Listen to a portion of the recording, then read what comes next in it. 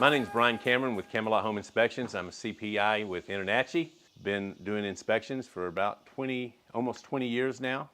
I live in the Tyler area, Lindale area, out here in East Texas. And we service the area all the way from DFW to Louisiana border and going up north about 200 miles and south about 200 miles.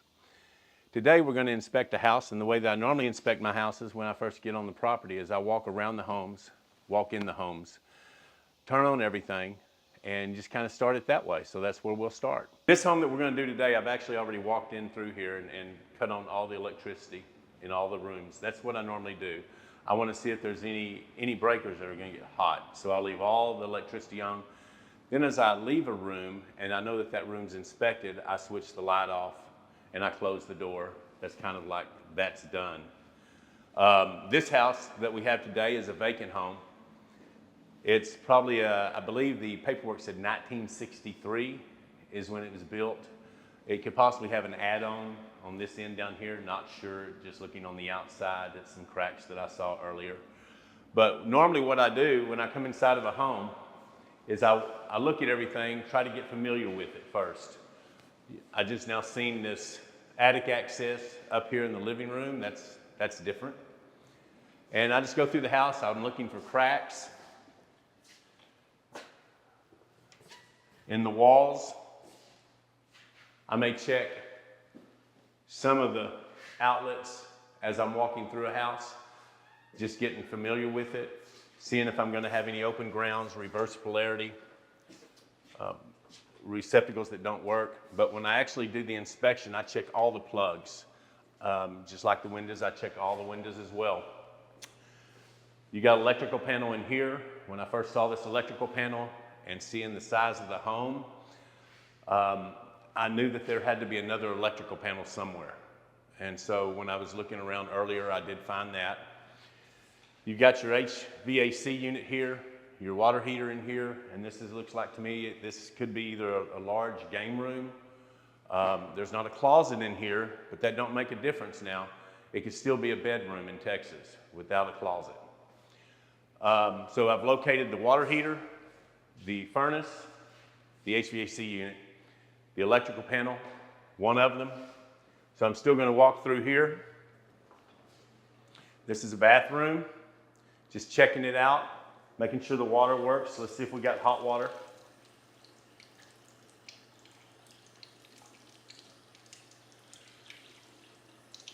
If there wasn't hot water, I don't jack around with the water heaters. Let's say that it's a gas water heater. I definitely will not turn on a gas water heater. I don't mess with them.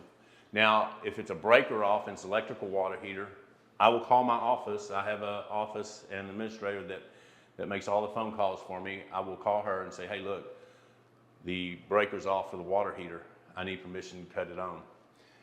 They will immediately call the listing agent, find out if we can turn it on. If we can turn it on, they have to send us either an email or a text. And that's, of course, in the phone, and it's saved for a while, just in case something comes back and the water heater shouldn't have been on. We had permission to do that. There have been instances where I was told afterwards not to turn on the water heater, and I didn't cut it on. The buyer's agent did, and it did do some damage to something. Don't really know what it was about, but I didn't get blamed for it because it was already on whenever I got there. So you want to make sure you cover yourself. This whole job is nothing but CYA from my point of view, from a business perspective anyway. So you got the bathroom in here. And again, I'm just looking for anything out of the ordinary right now.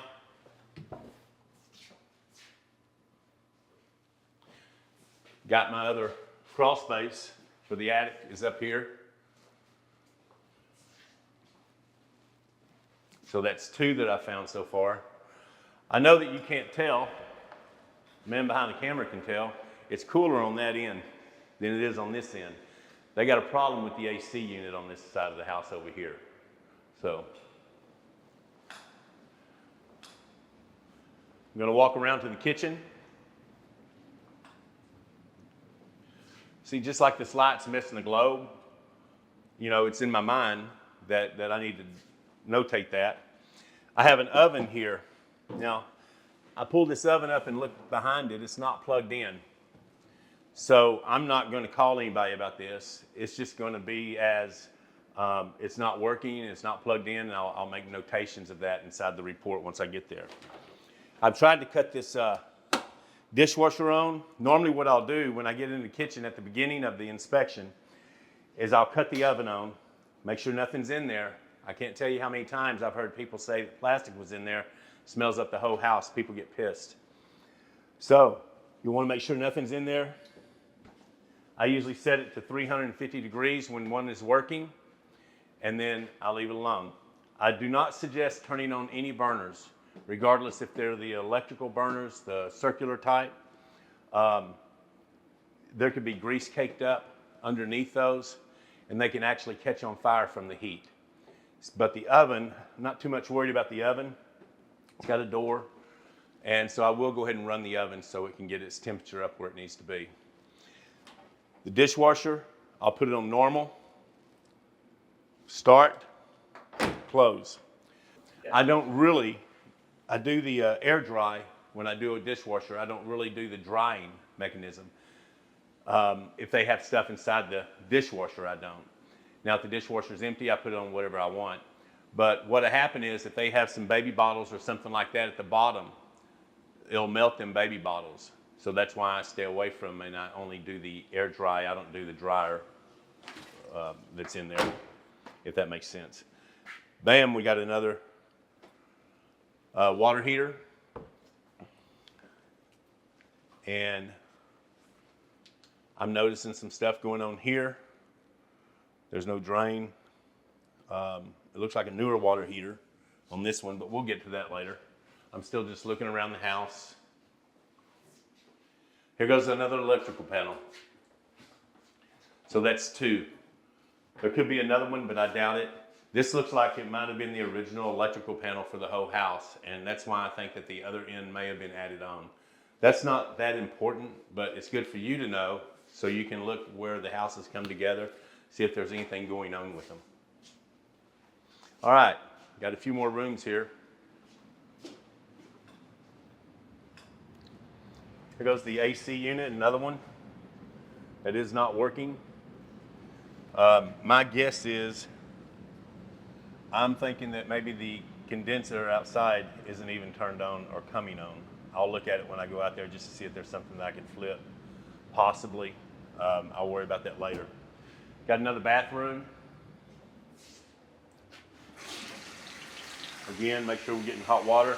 There's two water heaters, so the water heater on the other end, I'm sure, is for that end, and the water heater on this end is going to be for this end, and so you want to make sure you test both of them. If you're ever inside of a house and they have two water heaters, you can turn off one, the valve. If the valve is easy to turn, you can turn the valve off and turn on all the hot water, and you can find out what goes to what, just if you need to. A lot of people don't touch the valves. You go to mess with valves, they could leak, so just look at it. If it looks like it's going to turn, it didn't got a lot of corrosion on it, it's probably going to be okay to turn it. Okay, another bathroom.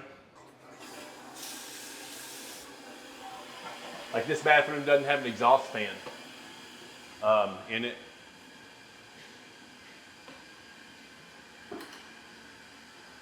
I turn on all the fans in the house just to make sure that, you know, they're not wobbly. In closets, I always check each corner here. And the reason why I check these corners on the inside is to see if there's any cracks. A lot of times what somebody flipping a house or something like that, they don't think about it. So the cracks would be right about here going up. I've seen some pretty nasty looking cracks, but the outside looked good because they fixed everything. And on a couple of those, there was a foundation problem. I didn't call a foundation problem. I just had questions about those cracks. And to come to find out, there had been foundation work done to the house, and they got the documentation and everything was fine. But still, the cracks pointed out that there was something there at one time. Okay?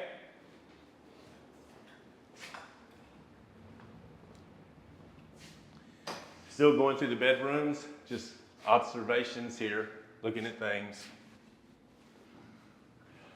I can already tell defective seal there.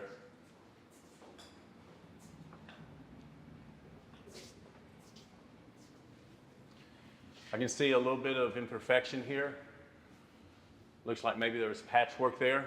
There's nothing wrong with that for the house, but in my mind, I'm going to look for as much of that as I can and see if I can determine that there used to be a lot of cracks that they patched up. Now that's really not a problem, but as you're looking around the house, you may find other cracks, and you kind of put the whole story together. You know, you find a crack out here on the wall, you find a crack here, and maybe there's a crack on the foundation, maybe even a hairline crack. But all that stuff is in the general area, so you kind of keep it in your head where you're at and what you're looking at, and you kind of put all that together. In this situation here, this just looks like a normal little settlement crack that they patched up, but there's no way for me to really know that.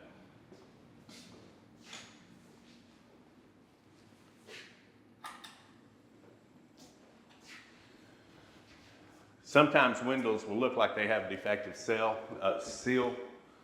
but in fact they're just real dirty. That one right there had to be touched on the outside. So that's preliminary, going over the inside.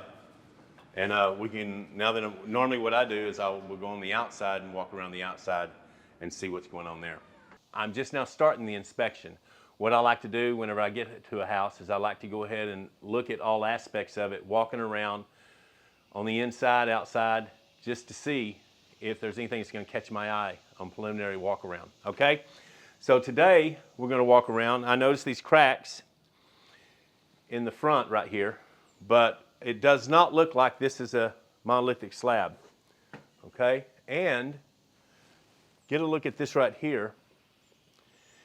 That looks as though it's had foundation work before. Now the strange thing is, normally I would see another one over here. So I'm not saying it's had foundation work. I'm just saying that's normally what it looks like when a place has had foundation work. Okay? That would explain some of the cracks that we discussed about on the inside. They're not cracks, they're actually repairs. They used to be cracks, and it looks like that they're just blemishes now. Imperfections is a proper term. So as I'm coming out here and I'm looking around, I'm just walking around the house, going to look and see if I see anything going on. Bam, they should really have this right here as an expansion joint, not just a mortared up joint. That's why I kind of think that there's two houses here. Something was put together here. I don't know why that would be like that. Why wouldn't they use an expansion joint caulking for that? So I still just keep on going, trying to find anything out of place. Again, I don't take a lot of time doing this. I just spin around it just to look and see if I see anything, you know, that catches my eye. High soil. There's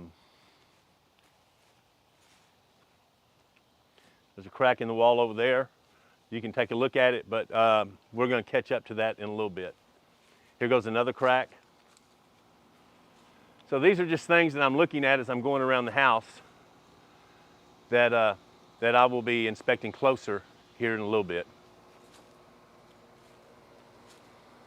There goes another hairline crack in the mortar. Looks like to me that they need to bring in a little bit of dirt here.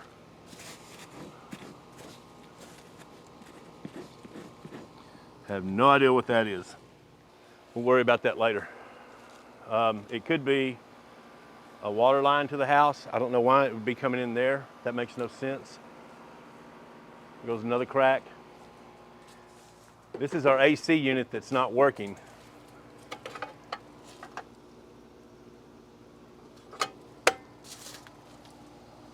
At all.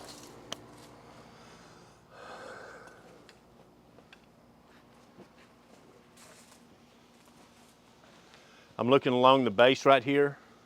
There's a gap between the wall and this back patio slab. There needs to be something in there to keep water from going in there. If you have a crack like that, it can even be a crack in a walkway, a crack in a driveway. What happens, the reason why people say seal that, is because water will get in that crack It'll expand the dirt underneath, and when it expands the dirt, it makes the crack worse. Same thing could be going on here. Water falls into that crack. It's expanding the dirt and causing this slab of the patio to push back.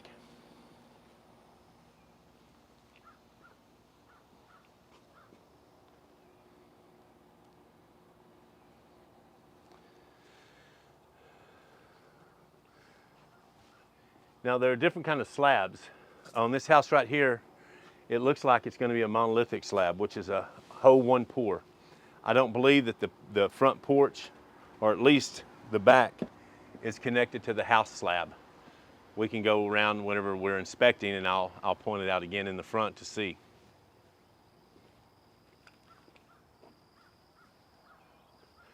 Screens are missing.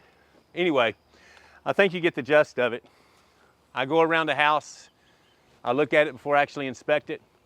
I go into the house, I look at it before I actually inspect it. Once I'm finished doing that, I can go ahead and start the real inspection.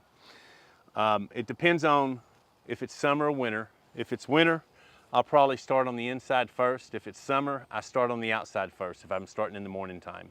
So in this situation here, I'm probably gonna go ahead and get on the roof and look at the roof and start the inspection. This type of ladder I have, I like it a lot. When I first got it, it is a little squirrely. You got to get used to it. But I learned what to do and what not to do with it.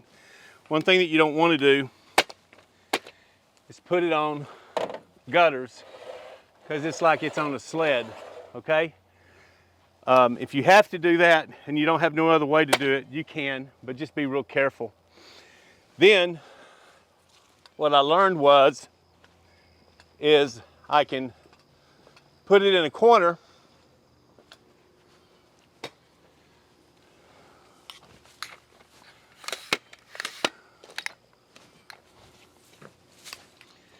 and instead of just putting it straight up and down, it's still going to do it. I'll tilt this ladder this way, so now then, it's only going to go that way. It isn't going to go that way, if that makes sense. Let's walk around to the front, and I'm not sure if there's gutters on the front or not.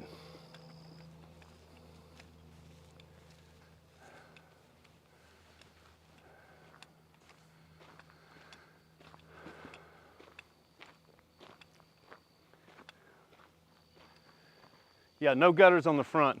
So with the type of ladder that I have, it would be okay to get on from the front, or try to pick an inner corner if you can. If you have that type of ladder, you know, just be careful on it if you're gonna have to get on it with gutters right there, because it is slippery. Haven't never fell off that ladder, but when I first got it, I had a couple of close calls. You just gotta be slow if you're going up that straight part of that gutter because of the way it slides. So what I'm gonna do now is I'm gonna get on the roof, and we're gonna do an inspection of this roof, see how it turns out. The first thing I do, you don't want to hurt the shingles, okay? But I see if there's another layer there. Now in Texas, I don't think we're required to tell you if there's 2 layers, 3 layers, or whatever. But if I can see it, I'm going to let you know about it, the homeowner or the buyer, who's ever paying me basically. On this roof right here, I never give an age of a roof. I refer to a roofer to do that. On this roof right here though, between me and you, it's probably less than 8 years old, maybe even 5. And the reason why I know that is it's pliable. If you get on a roof and it's not bendable, like this right here bends, and it wants to break or snap off a corner, that roof's probably over 10 years old. So you don't want to put any of that inside the report, but you want it for your own information. A lot of people may not know this, but if you have shingles that are brittle, is what it's called, and let's say there's damage to the roof, most time, like on this roof here, it would be an easy fix if you had a damaged shingle. You just simply unseal the shingles, raise them up, take that shingle out, and these shingles will raise up this much, and you slide another shingle in there and you're fixed. If this roof was brittle and it had damage, you need to let the the owner know that it's possible it cannot be, that your buyer know it's possible that it can't be repaired, because when they raise that shingle up to place another shingle under it, it cracks that shingle. And it just keeps on happening and happening. And you have to raise that shingle up in order to get another shingle under there, if that makes any sense. So I'm gonna go ahead and get on the roof and see what's going on with this roof. Okay, as I'm walking a roof, normally what I will do is I will do a circular motion, starting on the outer edges and work my way in. What I'm looking for is blemishes, shingles that are torn, shingles with wind crests, shingles with wind creases in them. And that's a shingle that's been blown up and it's got a crease normally right here. But as I'm walking around this roof today, not really seeing a lot going on with it. Now, the pitch of this roof that I'm at right now, we're going to check the pitch of this roof to make sure it's at least a 212 or above. It looks like it's going to be over a 212.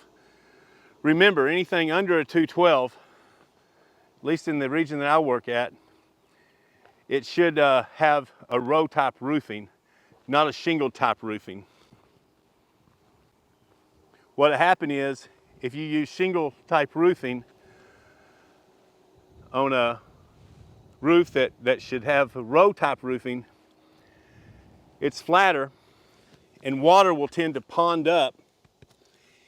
And in the wintertime, when that water ponds up, it'll seep under the shingles, like right in here, and then it'll freeze, causing the damage to happen to the shingle. And if that happens year in and year out, that roof under a 212 pitch with normal shingles on it isn't going to last that long. But the only thing we're finding wrong with this roof so far, and it's really not a bad thing, is basically the tree limbs can be cut back just a little bit. They may not be touching it now, but if that wind starts blowing, it comes down and it'll start touching it. When I'm looking at the roof, I'll look at the sewer vent pipes. They're supposed to be at least a 6-inch clearance from the shingle to the top. I look at any stacks that are around. By the way, this right here is in the bathroom. This is a bathroom vent. One reason why I go in the house and I turn everything on is I want all my bathroom vents on to where when I go inside on the outside, if I have caps like this, I can go ahead and feel the air coming out of them, and I know that that bathroom vent works.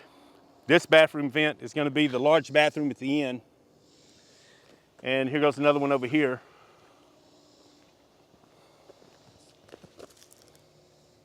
That one's not on, or it doesn't work. Also, what I look at, since I'm on the roof, is the gutters. These gutters are full of leaves. Then the gutter should be cleaned out.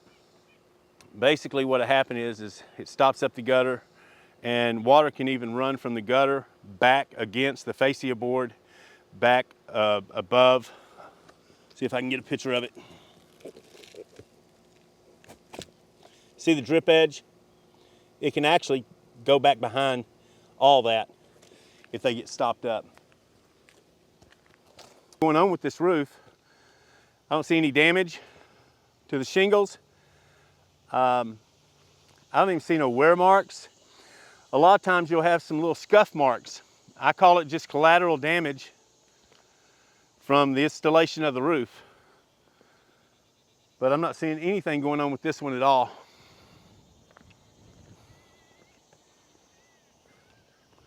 Ah, and that would be why it is a new roof. Look right here. I don't know if you can see it or not. Normally, if the roof is older, that's a straight line string that they put here. They snap it so they'll get a straight line going up. Normally, these right here will wear off and they won't be there. So that can kind of be a tattletale sign that this is probably a newer roof. I would say it'd be under 7 years old. 5 years old, something like that. Now I am noticing something here. The sewer vent pipe right here is less than 6 inches. It should at least be 6 inches. And it looks like that is stilled.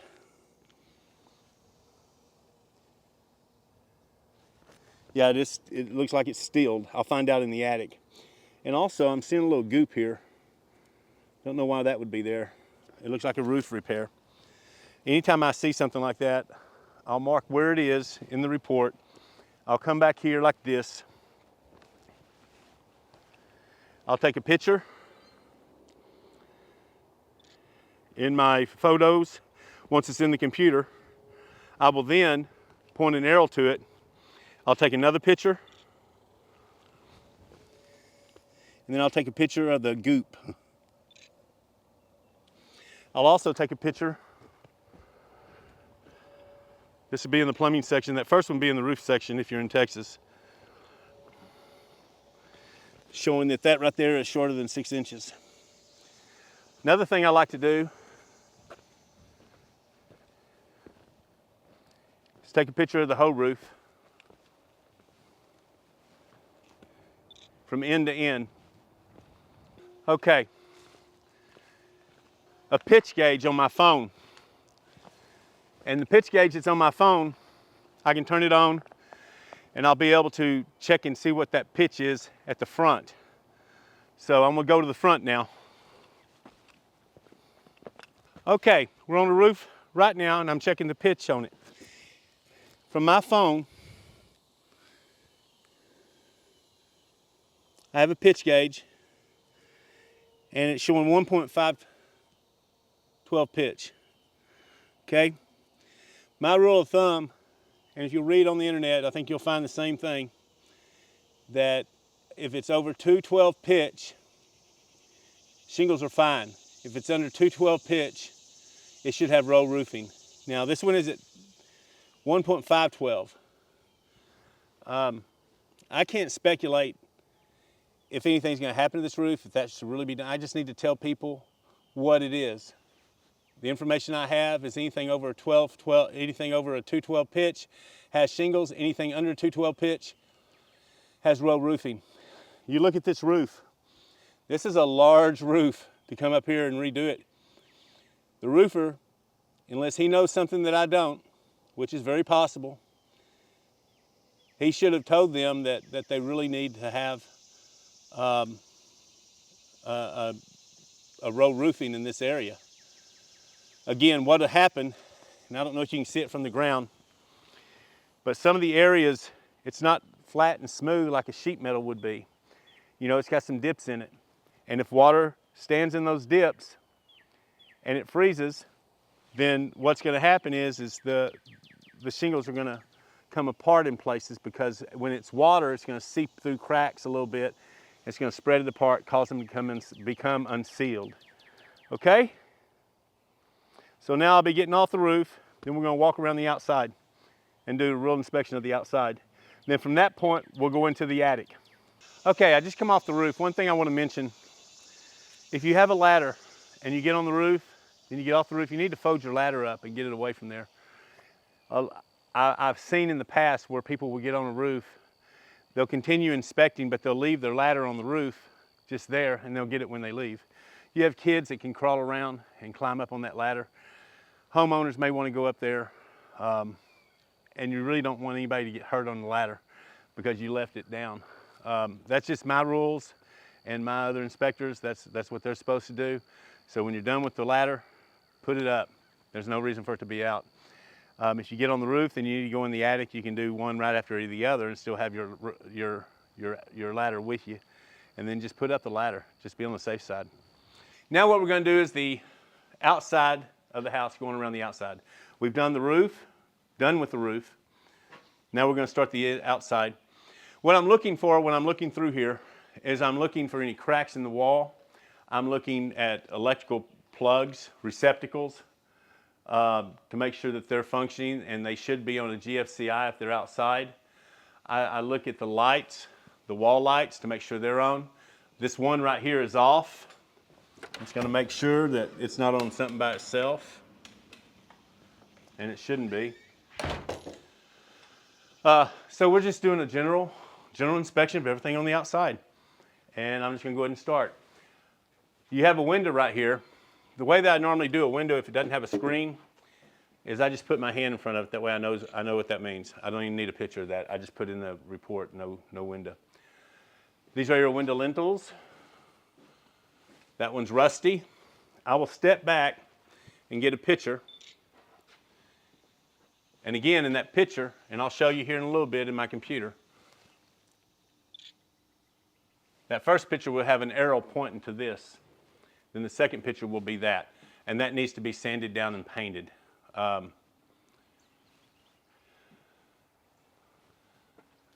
So what I'm going to do first is we're going to look at the soffit and the fascia. So I see a little bit of wood rot on this end right here. Again, I get back in the back here. I take a picture.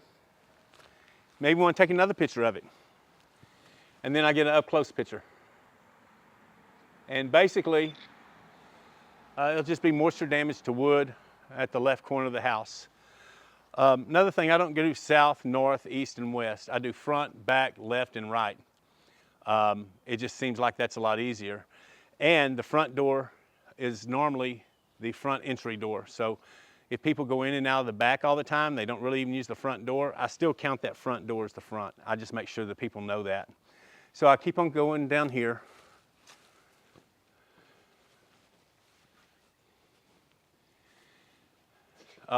Let me show you this real quick.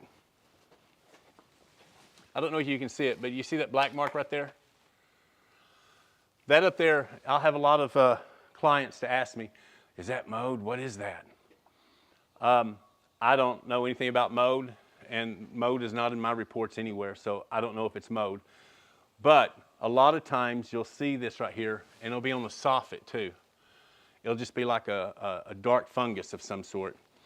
And it's because that inside of the house has shade, and it's the ground evaporating the water from it, and then it goes on there. So if you ever have that, you can ease your client's mind by telling them that more than likely that's it. Remember, CYA. I don't know for sure that's it, but more than likely that's it from internet things I've read and stuff like that. It just gathers up and it goes up against that. It can look really bad, but it's not. All right? So I'm looking at the fascia, the soffit. I see that we have soffit vents, not a problem.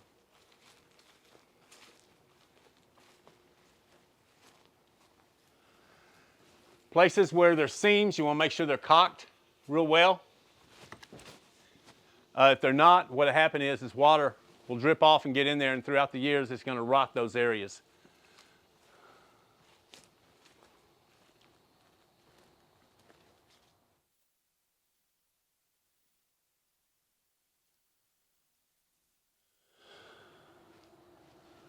Okay, so everything looks good with the soffit. We do have one little soffit vent down here that it looks like it's loose. Should be better secured. It's no big deal really, but I'm going to notate it anyway. You get a squirrel or something in the wintertime that wants to get in the area where there's warmth, he'll tear that screen off. All right. So now we're just going to come and just visually scan the wall. Also look down here. I see a little crack right here. That doesn't really bother me. I see a receptacle. It should have a watertight cover. It doesn't. We're going to test. And it does not work. And also it's got an open ground. If you can see that. So two things going on. That is a GFCI receptacle that I'll mark as faulty. So I'll put my finger there and I'll try to get a picture pushing it to where to trip, and it doesn't trip. All right, then I'll come back. That's one picture. Then I'll come back, take a picture, and show that it's an open ground. Now, normally, I have a GoPro that I would, not a GoPro, Surface Pro that I would just carry around. And I talk into it, and I'll show you a little bit of that, but we're not going to do that today. I rarely use this camera here, except for going in attics and tight squeezes, places where I'm not going to take the computer. Okay, so this is a little bit different, but I'll show you how I actually do an inspection once we get on the inside. All right, now that I'm looking at this crack right here, it's a crack in the mortar. Now, what's suspicious here is if you'll notice that crack in the mortar,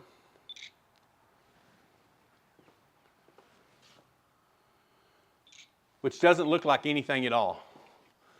But then, down here, here goes another crack. So, what I need to figure out is if this concrete here is attached to the house. So the way that we're going to do that is we're going to come down here at the end.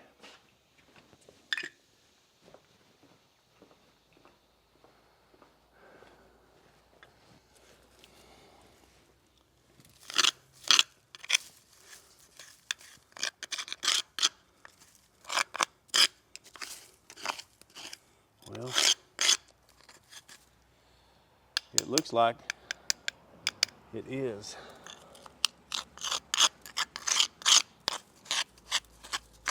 Normally, you wouldn't have a brick there like that, and they've got it mortared around.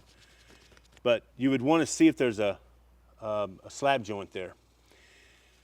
Normally there'd be a slab joint right about here, and you'd have to move some dirt away. Looking at this right here, right now, looks like it is connected to that whole thing. So, if that slab is connected all the way down, then we've got that crack going on in this area down here.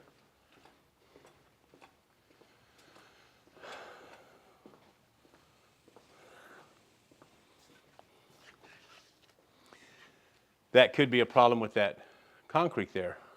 But the weird thing is, if you look right here, this looks like a slab joint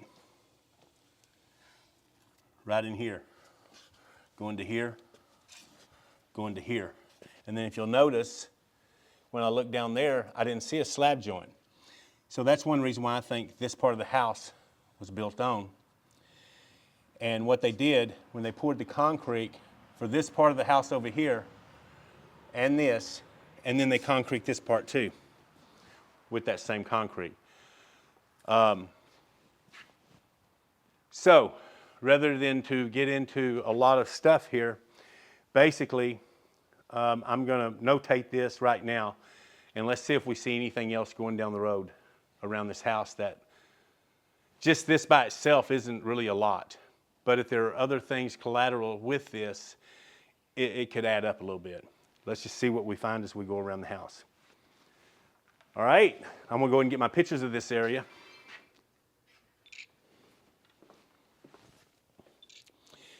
And there's no reason to go into detail about how there's a slab joint there and not a slab joint here. You can tell them that, well, it is possible that this side of the house is an add-on. It's possible. The reason why I think it's an add-on, the electrical panel on this side of the house is older than the electrical panel on this side of the house. I haven't been in the attic. The attic will normally be a tattletale. If this used to be a gable end, I should be able to tell that. Or if it was a hip end, they cut out so that they could get to the attic space on the other side. Those are things that I can just figure out. Again, this doesn't matter inside the report, all right? But it matters to me to where I can know what's going on with this house. I'm not going to mention the slab joints, but I see the slab joints there. That kind of explains, since this concrete on this side is not a part of the main concrete, that crack really isn't that bad, okay? If that would have been a whole slab here and that concrete was there, I mean if that would have been a whole slab, monolithic slab all the way down, then that crack is a little bit more, grabs my attention a little bit more, because that's the home's, that's part of the real home's foundation. A lot of explanation there, but anyway, I want to keep on going. Okay, when I walk down here, I see this square right here. I think we might have mentioned it earlier. This right here looks like to me that it could possibly be a foundation pier that was here, okay? I don't have proof of that and I don't know that. I have wording inside of my, my software, and I'll explain what I'm thinking here, and I'm not sure if you'll see that or not. I'll try to make it a point to put this in there so that you can see how it's worded. Basically, there is movement going on with this house, but keep in mind, every single house there's movement going on.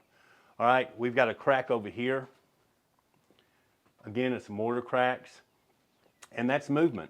So the house is settling, moving, you call it what you want, but there is movement here. Now, how bad is the movement?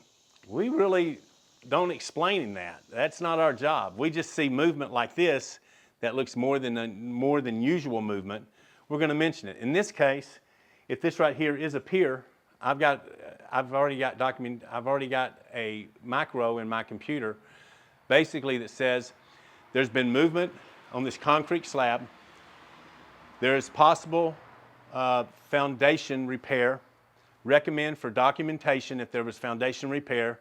If there was not foundation repair, we recommend a foundation company to come out and further evaluate the foundation. It's that simple, okay? Because you're not saying something's wrong with it, all right? But you're not saying nothing's wrong with it. But you're letting the buyer know that there could be something wrong with it. Now, I'll let the FIM guy digest all that and try to make sense out of it. Okay, another thing we need to be aware of, we've got cracks down here. We've got cracks in the wall. Now look up here at our freeze board. We've got separation at our freeze board here. Normally when you got separation at a freeze board, that tells you that the wall's moved. Doesn't necessarily mean that there's a foundation problem, but we do have more evidence that there's movement at this structure. And the more evidence we build up, the better it's going to be for our buyer when they present the report to the seller and they're showing all this stuff. It's here. They can see it. So I get all these cracks in there, or I take pictures of all these cracks around here.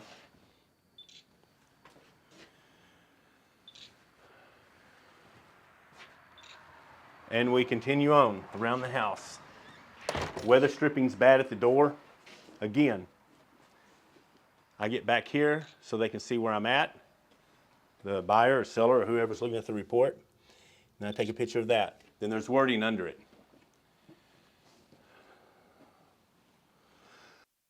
And let me say something about this before we get out here in the sun.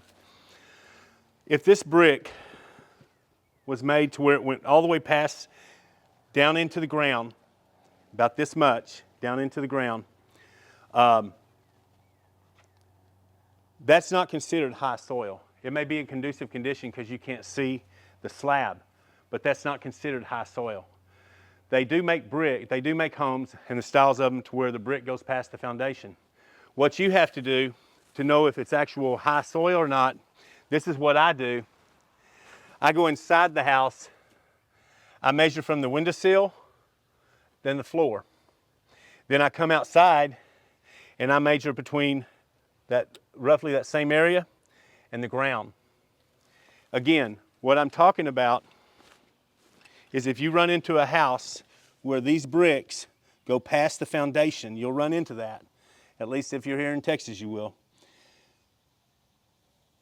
That slab could be up here, and that dirt might be up here. But since you know that that goes all the way down, you may not worry about it. But you still need to worry about it because the ground don't need to go past the slab. On a concrete slab, it needs to be at least 4 inches under it, below that bottom brick, if it's like this. But the main thing is, it needs to be 4 inches below the walkable area on the inside, if that makes sense, okay? This house isn't like that, so this is pretty easy. Again, we got another crack in the brick. So I'm gonna get a picture of it here. We also notice there's no weep hose. This is my no weep hose. If you're using a camera to do your report, and that's the only thing that you're using, then you go back to your computer. You can do that, that's fine. That's what I'm doing today. I normally don't, but that's what I'm doing today. Just make sure that you're telling the story for yourself too. Too many times when I first started, I would come up and I'd go, oh yeah, that's a crack, snap. I'd get back to my car, or I'd get even to the, what did I take a picture of?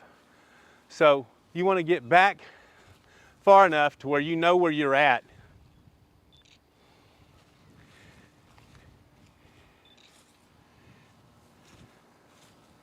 And then take a picture of your cracks. I used to even point to where I was actually looking at. So I would point, take a picture, then I'd take another picture without the point. That point before the picture told me what I was pointing to and what I needed to look at for the narrative whenever I wrote it up. Okay, we got a downspout here that's damaged, missing its elbow. Back here, anytime I see the grade like that, I recommend they bring some dirt in. There's a pipe back here. If I don't know what something is, I don't get too detailed on it. I just make sure I point it out to them and know exactly where that is, and they can figure out what's going on there. My thing about it being a water supply line is, why would they have a water supply line in the back unless this place is on a water well? If it's on a water well, no one told me, and I don't see anything going on that looks like a well unless it's up there in that building.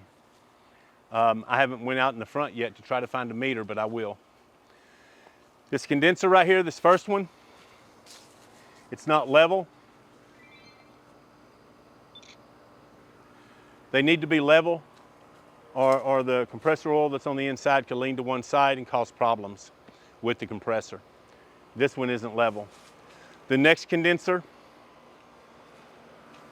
should be at least 3 inches off the ground, and it's not. Also, this is the one that's not working on the inside.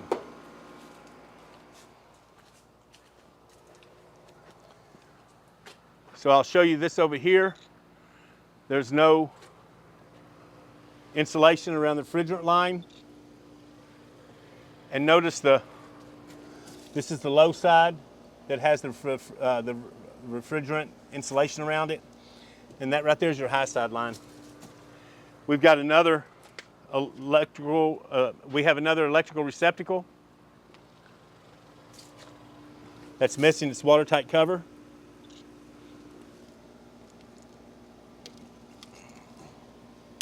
And it works. We have a downspout that should be at least 5 inches out away from the home, because you don't want that water coming back against that foundation. It can cause foundation problems.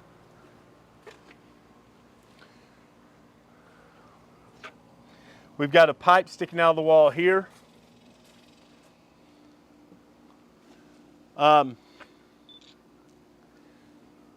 I know what that is. That's probably a drain line for the washing machine.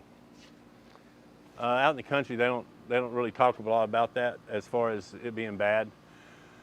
So I will notate, and I'll look on the inside just to make sure. But more than likely, that's what that is. And I'll just let them know that it's draining beside the house. It doesn't need to drain beside the house. It needs to go out there in that field somewhere. We got another little square here.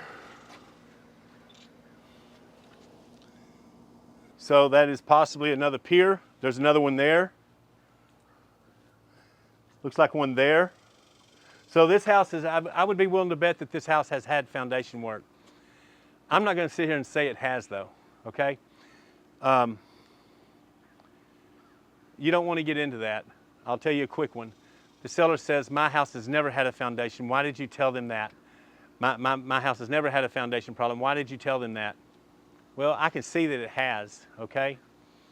The buyers backed out because they were worried about the foundation. And this person didn't know that their house had a foundation. It took me going over to their house and showing them that. And then I said, you need to get a foundation guy out here. He can tell you. Foundation guy comes out there. Yeah, it's had foundation work. It doesn't matter if I'm right or wrong. I don't care about that. That took time out of my day to go over there, okay? You're better off not committing, this is my personal view, you're better off not saying, yes, this has had foundation work. You're better off saying, it's possible it's foundation work. It's that simple. And then ask for documentation. If they did have it, fine, get the documentation. Maybe it's still under warranty. Most of the time that's a lifetime warranty. If it didn't have it, then they need to have a pier and beam company come out here. I mean, not a pier and beam, but a slab foundation company come out here and take a look at that, okay? So, this house has definitely had foundation work. That's supposed to be funny, man. All right. Right here, we don't want gaps in the concrete like this. We don't, between the building and the patio or walkway or anything. If you have that like that, water gets in there and it swells the dirt up, causes the patio to move over time.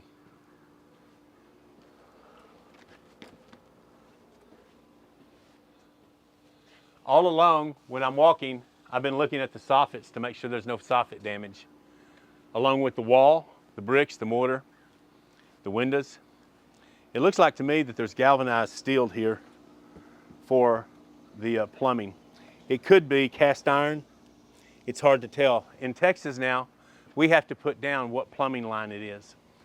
I have one that says unknown, not visible, and then the rest of them say appears to be cast iron, appears to be galvanized steel, or it's either cast iron or galvanized steel, or it's PVC or whatever. You have to put that down now. If you can't see it, you can't talk about it, so it's not visible to you. All right? All right. Again, this area right here, this walkway, has a gap between the foundation of the house. I take a picture of that. Got a little bit of wood right there. It isn't much, but sometimes you may feel like you're being nitpicky. And I feel that way a lot. But it doesn't matter really. You can be nitpicky. That's what this whole thing is about. That's just a little piece of rot right there. But if the people get moved in and see that, they think I missed something. They'll call you up and say, look, there's some rotten wood here. So if they think you missed that, they're going to think you missed some other stuff too. So now then they're going to start looking around. And that's why I try to get everything that I can inside of my reports for my buyers. Plus they want to know, you want them to fix this. They probably want to fix this stuff. So we're only missing like 2 inches of wood here, but still, it's 2 inches of wood. Why should the buyer have to fix that? Or at least they want to know that what it's going to take to fix it. They can know that it's there to fix it. They can put it on their wish list. How's that? When I'm going around to the windows, I make sure that the windows are sealed properly. Okay, this area over here, number one, we got a gutter downspout that needs to extend out 5 feet. This land right here goes this way. You can even see that water stands here, okay? So I'm gonna make mention of that. I wanna come back here and take a picture. My arrows are gonna point down towards that house and this land. It shouldn't be a real problem here, but the water is definitely getting in that area and you don't want it to. We got another crack.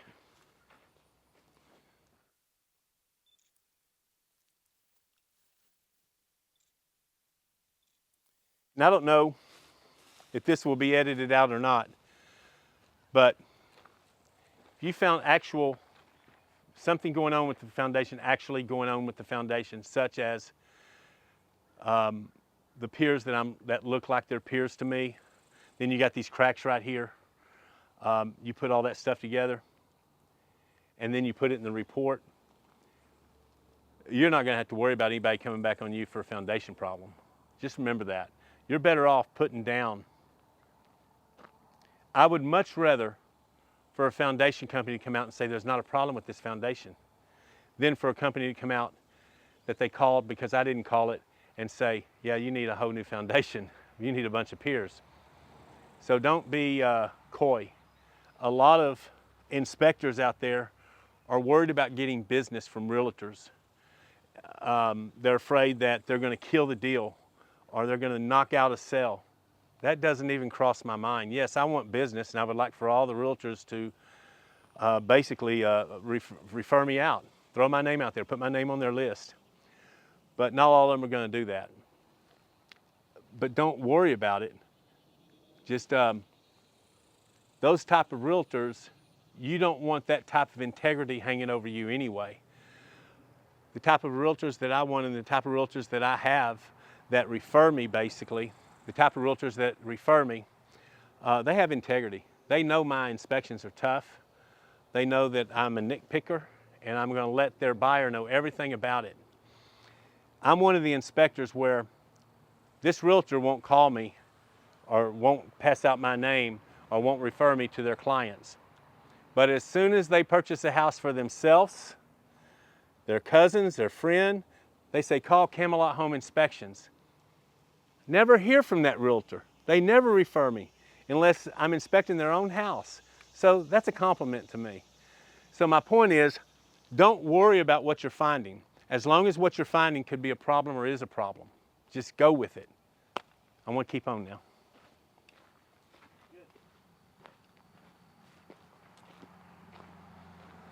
All right, as we get back right here where we started, we found what appeared to be foundation piers, cracks in the wall. I am going to recommend, like I was saying earlier, I have a saying, get documentation. It looks like there's been previous movement. Get documentation on a previous foundation work. If documentation is not there, get a foundation company to come out and take a look at this. Period. Done. Okay, now that we're finished with the outside, we're going to start on the inside. But I would like to say something first. On a normal day of inspecting, I try to get rid of the things that are not necessarily hard for me, but the things that are time consuming to where the rest of the inspection is downhill. Electrical panels, the HVAC unit, the water heater, the roof, the attic or crawl space. I try to get those out of the way first. That way, once I'm done with that, the only thing left is basically, I'm not going to have to crawl around anymore like inside of an attic. The electrical panel sometimes can be a little bit technical, looking at the things that's in there and going and writing them down, what you're going to write down. So I like to get rid of those items first.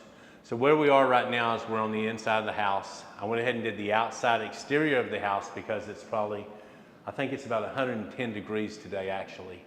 And it's better if we're in here now during the heated part of the day. So I'm going to go ahead and start up here in this attic.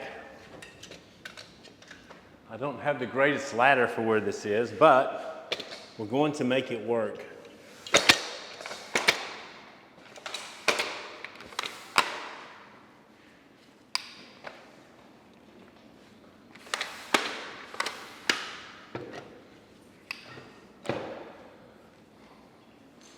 Okay, I use this type of flashlight, which really works well.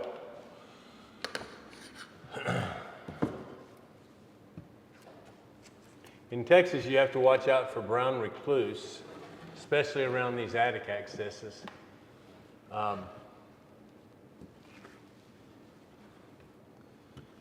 Well, they'll be right there, right there, right there, or right there in one of them corners, or on the other side of that lid.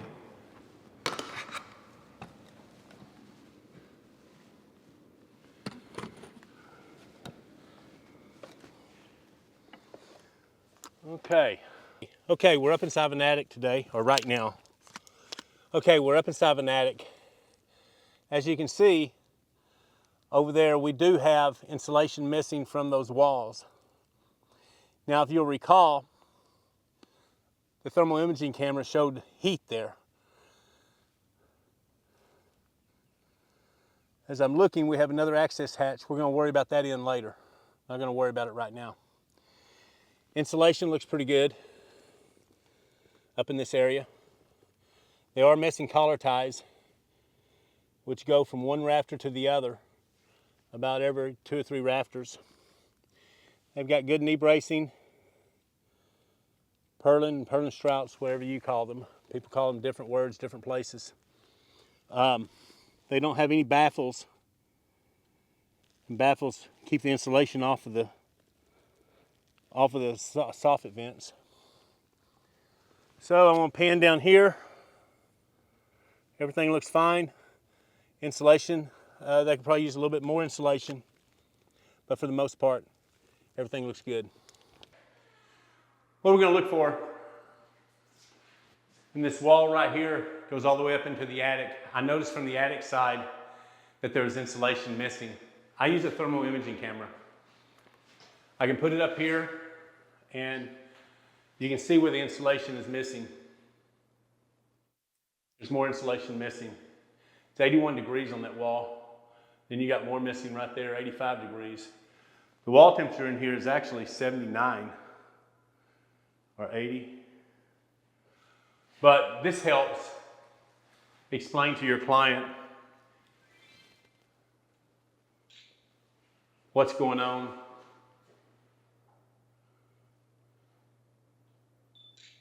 I mean, I guess makes you look professional. I mean, come on, man. Let's get real. This is high-tech equipment here. And you're able to see things that most inspectors can't because they don't have this type of equipment. So you show it to somebody, they're going to tell all their friends about it. And then they're going to come calling you for a home inspection next time. A self-righteous home inspector would say. But, all right, let's find this other one. Let me go get my ladder. Okay, anytime you have a ladder like I have, and you're going to get up inside of an attic like this right here, the best thing to do is to, if you can, put the bottom part of the ladder against the wall or whatever's there, and then take it up towards the edge.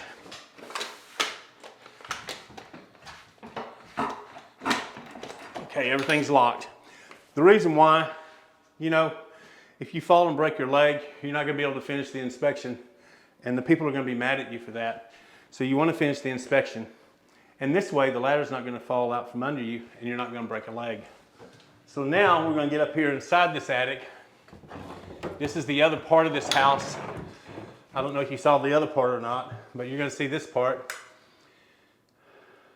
See, that ain't too bad, brother. That ain't too bad. And they've got a barrier here too on this side. On the other side they didn't, remember?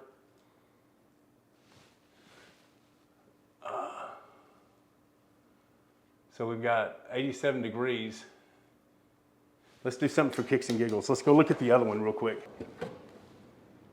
There we go. Look at the difference. That's 114, 115 degrees compared to 87 degrees over there. So if anybody asks you if the little solar barriers work, they do. Okay? It's quite a bit of difference.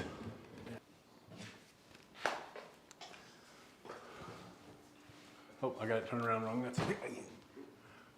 Watch your head. Okay, inside this attic, it's way too cool. They got some kind of, I'm going to say this. Let me turn this ladder around.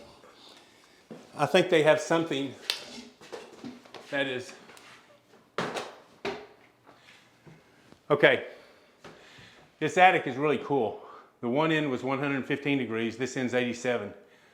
I know this has got a solar barrier on it, but I'm guessing that somewhere up here, there's probably going to be an open ductwork somewhere. That's what it is. That vent right there, remember when I was on the roof a while ago, I said it's not blowing? Maybe you don't remember.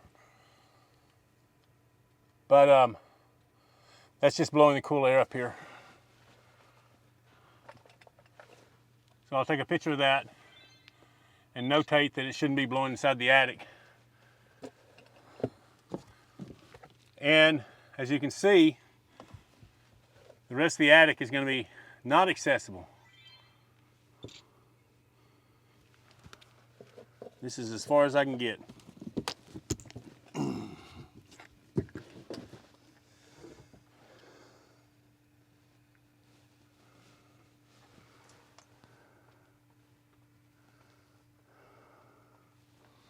And as you can also see, it looks like this end's been added on to the house. All right, that's all I can see here. So until next time, later dudes. Okay, we just come out of the attic.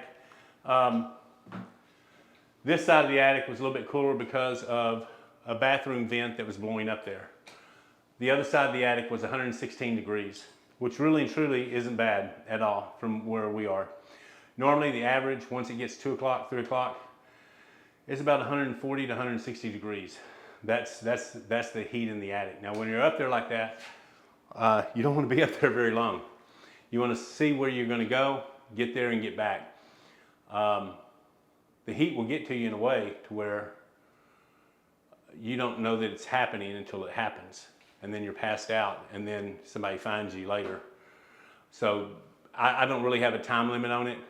I feel my body. They say you shouldn't do that because it can sneak up on you and you won't know it. I probably go up there when it's 150, 160 degrees. I'll go in there for just maybe 5 minutes and come out, rest, go do something else, 5 minutes, come out, and I work it that way. But you want to be careful inside of attics. Not only are they dangerous anyway, but you start getting a little bit dizzy from heat or whatever, you'll end up falling. And if it's a 2-story, falling into a living room that has a 20-foot ceiling, it's going to hurt. All right. So next we're going to go do electrical panels. We have 2 in this house. Right now, I'm pretty sure that this one's the original. So anytime you do a panel, touch it with the back of your hand. That way if you grab it like this and it's got power to it, you're going to grab it and you're going to get electrocuted. Okay? That one's got a hole in it right there. It needs a plug. So basically, just looking at this right here right now, there are no arc fault circuit interrupters. There's no, it's not labeled properly. And it needs a plug in it. I'll get back here since I got 2 of them and take a picture of it to where I'll know exactly where I am. I don't know if they are or not, but these are pointed screws. They're not supposed to be pointed inside of an electrical panel. And if they're pointed, I'll explain to you why. They are very pointed. All right, you don't want a pointed screw in an electrical panel because when you're screwing it in, it connects with those wires in there. It's going to short something out and maybe shock you. Well, this may end up being not accessible. There we go. Okay. Okay. What I'm looking for right now is double taps. That's where 2 wires go into 1 breaker. I'm not seeing anything like that here. Okay. Right here, you have 2 neutrals going into 1. You can't do that.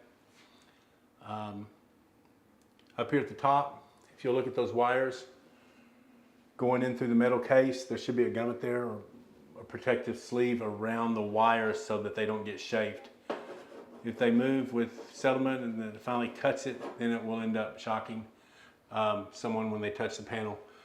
This right here should be grounded. I don't see a ground, not grounded, bad word. This right here should be bonded. That's your neutral bus bar. Your neutral bus bar should be grounded there. I'm not seeing a ground on. Your neutral bus bar should be bonded. I'm not seeing a bond anywhere there. Hold on. There's a bond right there. See it going there? And it's sliding around there. Okay, that's a good thing. Without that, let's say that one of the wires, the case cuts into one of the wires, and you come up and you touch it. You're bonding that right then, and it's going to try to trip the breaker because you touched it. So therefore, what you want to do is, if it's not bonded, you need to make sure that you look at it, and if it's not bonded, you need to put that in there. If it's bonded, and let's say a wire gets chafed, it's going to trip the breaker, and it's not going to do anything to you if you come up and touch the case. Okay? Okay, thank you. So what I do is I'm going to take a picture of the double tapped neutrals, which are right here, and of the wires that need a protective sleeve around them at the top. That's really it. If you'll notice, we have service wires, main service wires coming into this one. Now, I'm going to leave this one open and go look at the other electrical panel. The reason why I leave this electrical panel open is because as I'm looking at this panel, now I'm going to go to the other one and look at it. There could be something going on at the other panel that I may need to come and see if that wire's leading back to here, because it may be feeding off this panel. I'm thinking the other panel has its own main service wires coming in also from the meter. So they've split up the meter on the outside. So let's go check that out. Something you'll want to do and I don't have mine with me, bad me, but you'll want to take a box cutter and go along the edges here if it's been painted over. Because when you go to turn that off, take this off, it can peel their paint back and your sellers are going to get mad.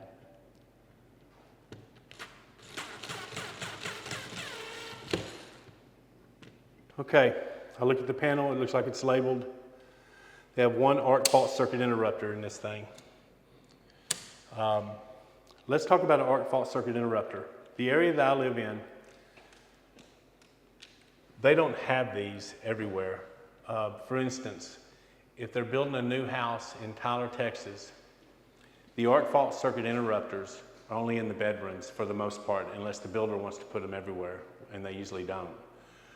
But all my information tells me that they should be in the living room, the dining room, the hallway, all these other places. And so I list where they're supposed to be, and I still put this inside the report, even though, let's say that city doesn't require them everywhere. I still put them that they should be everywhere. That's what I do. I don't know, I guess Trek has something to do with that, I'm sure. All right, man.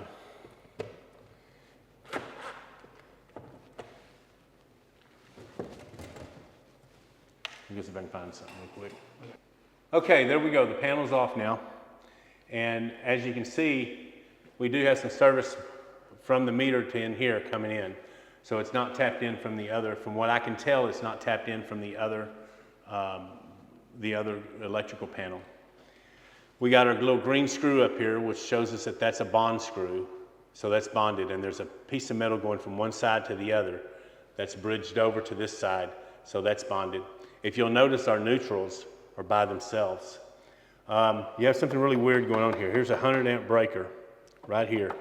I have no idea where that goes. I don't know anything about it. Then you have this big old wire right here that is just sticking up, and then one's been cut here. So I'm going to refer that to an electrician. You don't have to get real big on the words or anything like that.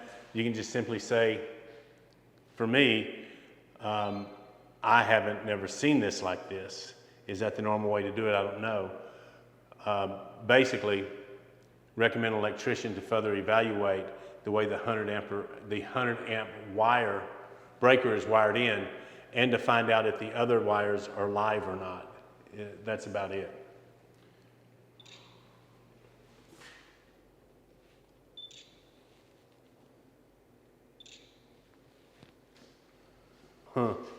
Also, see the tape right here? I have no idea what that's about. Why would they put tape over that? So I'm going to take a picture of that, and that will also be in the report. Just asking, why is there tape over it? Recommend an electrician to answer that question as well. We've got a spare breaker down here.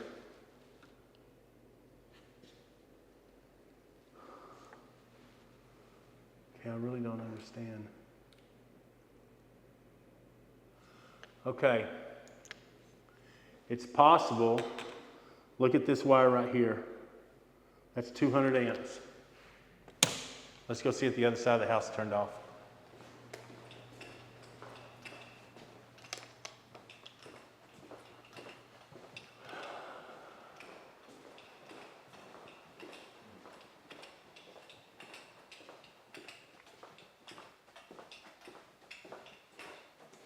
Okay. It's not coming in from the service. This right here is being fed by the other electrical panel. Okay, these wires up here, you see the red stripe and you see them right there. Then we'll go to the other panel and I can show them to you again. So that over there is the main electrical panel. This right here will be considered a sub panel.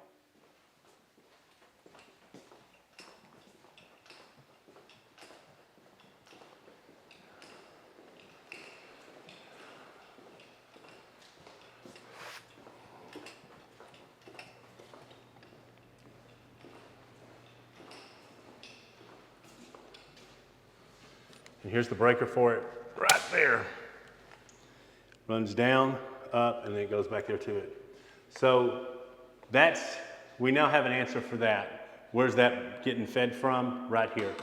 Now we need to find out what these wires right here go to. And when I say we need to find out, we need to put it in the report so an electrician can let the people know. They need to call an electrician for that.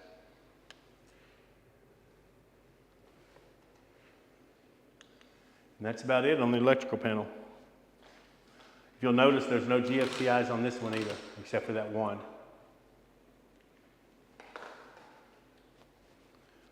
The end. Okay, there are two HVAC units in this house. This is one of them here that is not working.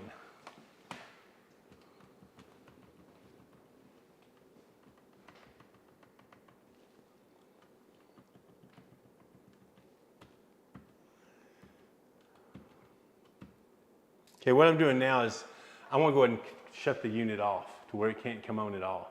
When I got here, it was set up on heat to work that way, and I switched over to cool. Also, you can tell, I don't know if you can read this or not, but if you'll look in there, you'll see emergency heat. That's a heat pump. Then heat, then off, then cool. In order to see if it's emergency heat or not, you can look on the thermostat and find that. Okay? What I basically look at on this is I try to find out, make sure that it has the right insulation around it. This little condensation pipe should have insulation around it as well.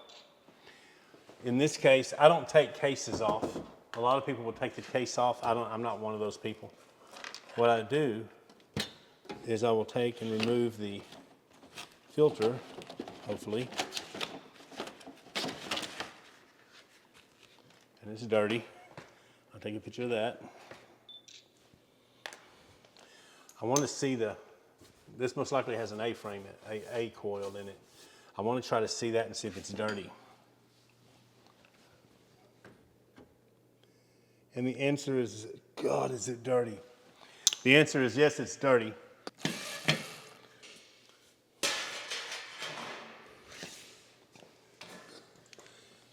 Okay.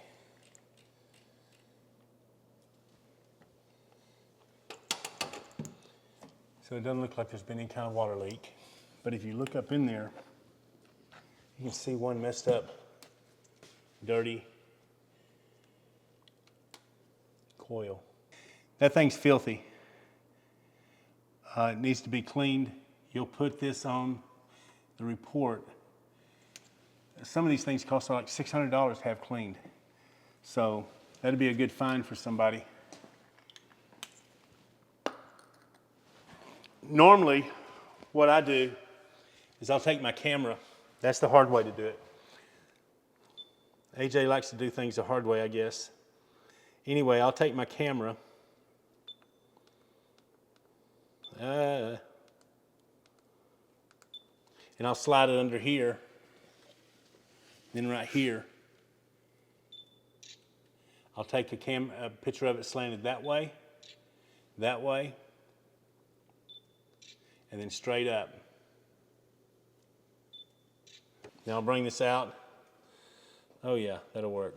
Now, I'm gonna put this back together. This is the one that wasn't working, by the way. I wonder why.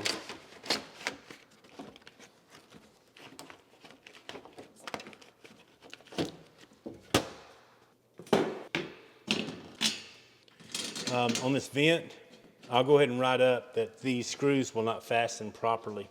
They're actually stripped out because they just have them in drywall. I get back and I take a picture of the unit I'm at. That way I'll know which HVAC unit I am at. Now let's go to the next HVAC unit. It's down here. Okay.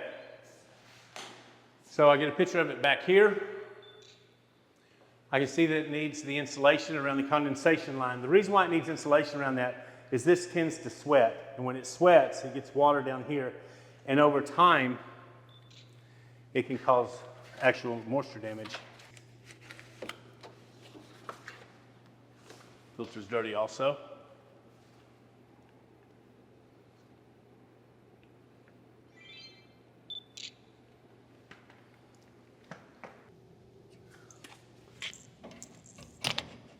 What I'm doing is I'm taking a picture again of the evaporator coil.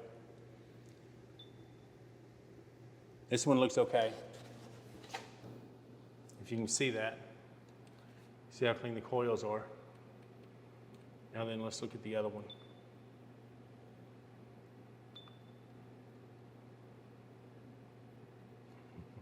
It's a big difference, huh?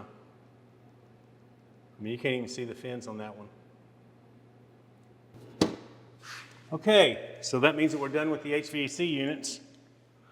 Now let's slide over to the water heaters.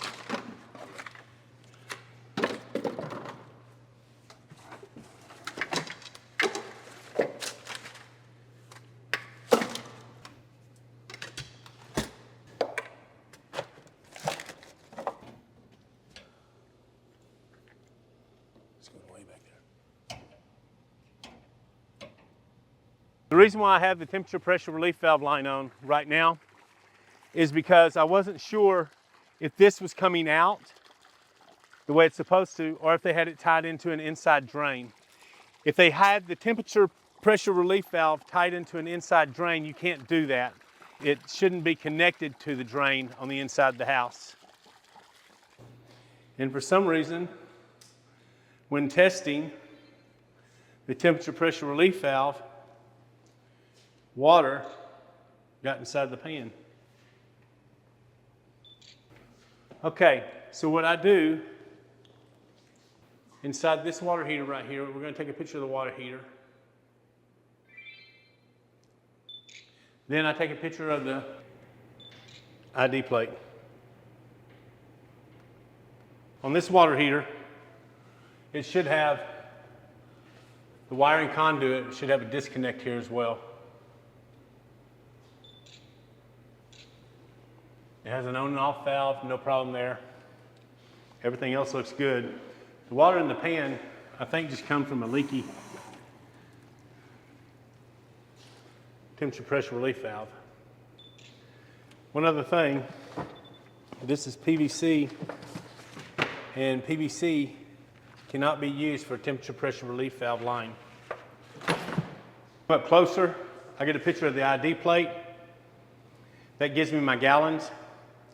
I've notated that there's water in the pan because of a leaky temperature pressure relief valve, but this line right here is PVC. It shouldn't be PVC. It should be copper. It can be PEX.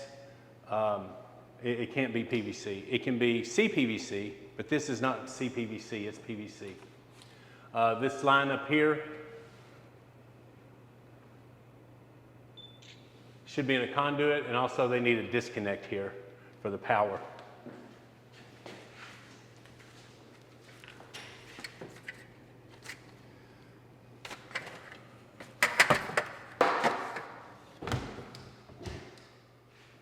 Okay, let's go to the other water heater.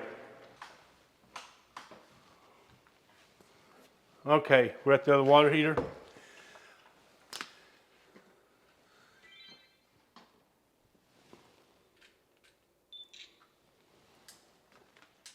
I take a picture of the water heater from off distance, then I take a picture of the identification plate.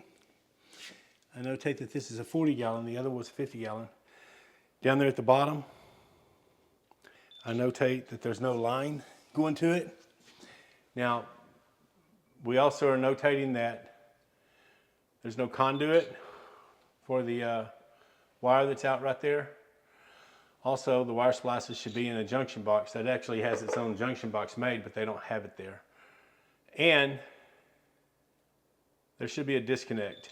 Now, it is possible that this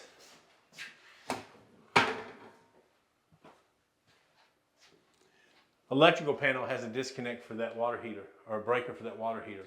That's fine with me because it's in close proximity. As you can see, I'm standing right here and it's just a couple of steps away. So that would be okay, but the problem we have is none of the breakers are labeled. So I am still going to write up that there needs to be a disconnect. If the breaker was labeled here and it was the right size breaker and the water heater was right there and didn't have a disconnect, that would be fine for me, writing that up. Some people are different, but it's within the feet of the unit. And recapping on this, you need a line down here, or you can have a wet switch. Is just fine if you have a wet switch that runs on batteries, or you can plug it in, and then you would cap that off. Again, you don't want to explain to the client how to fix something. I'm just explaining that because of the video. Then you got your conduit with your disconnect, and everything else looks fine. So now then, we're going to move on to the kitchen inspection. Basically run the water, let that run for a little bit, and then I'll start checking things. This here is a tester for microwaves. You just get a little piece of paper, not paper, but paper towel wet, throw it in there, put on like 10 seconds, start it.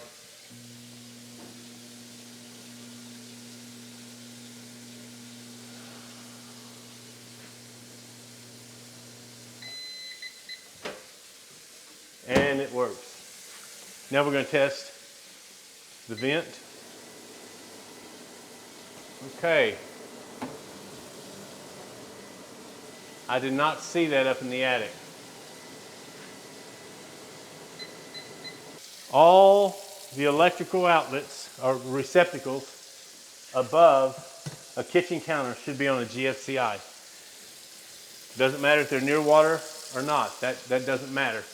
What matters is inside the kitchen, if there's an electrical receptacle above a kitchen counter, it should be on a GFCI. These are not, so of course that will be written up. I'm guessing there's none. Ooh, open ground. That indicates that that one is an open ground. So again, I take a picture of it from afar. So when I'm doing the report, I can say, hey, it's to the left of the sink.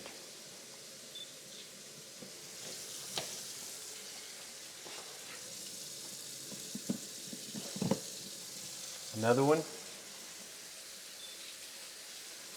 I'll know where that one is.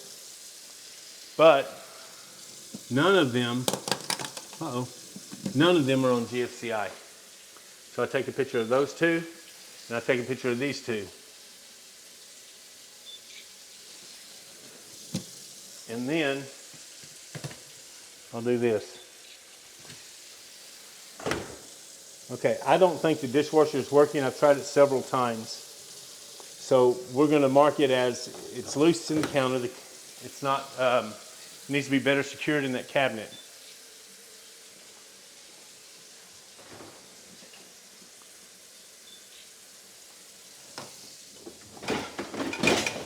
As you can see.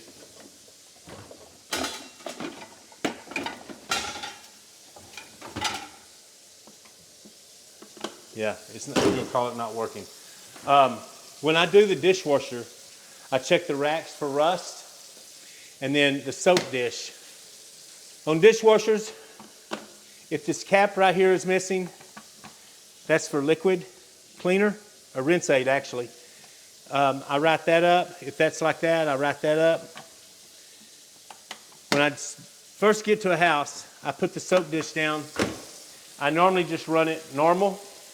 And then I run it air dry if it's got plastic in there. If there's nothing in there at all, I run it normal, hot water, and then drying is what I usually do. So when it gets finished, I'll open this up. If this soap dish is still closed, that means there's a problem with the soak dish, and I write that up. In this situation, we're just going to write the whole thing up. It doesn't work.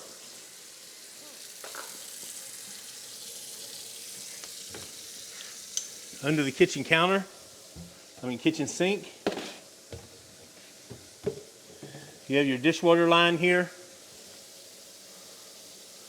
It should either have a high loop or an air gap. It has neither one.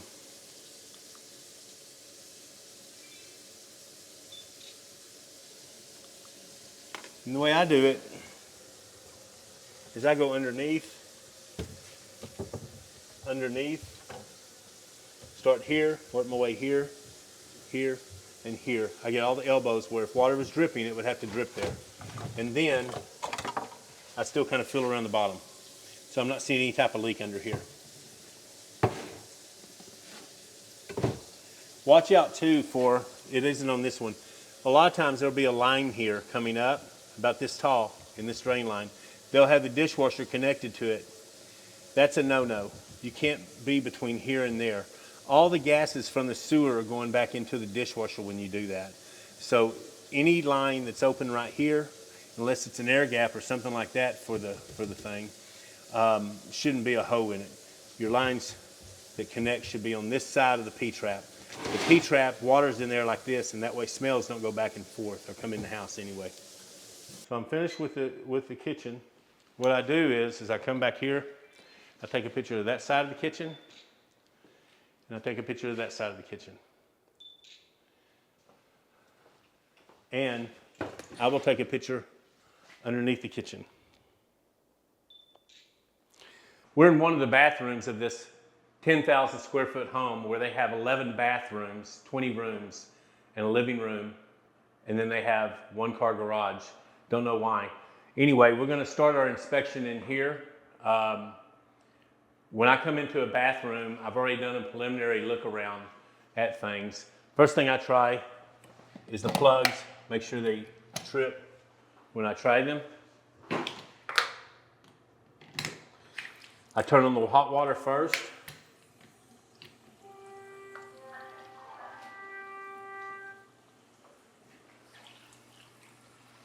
And I let it run until it gets hot. And I turn it off.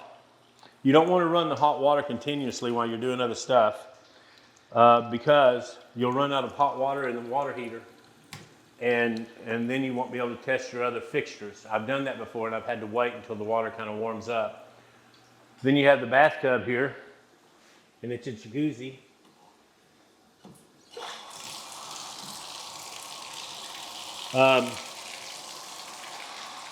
We'll let that fill up.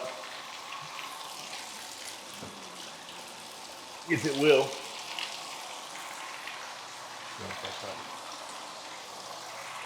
Then we'll check the toilet. I check the toilet to see if it's loose at the base, and this one is. That's the way I do that. For some kind of reason it's not flushing. We don't work on them or anything, but you know, it never hurts to try to find out.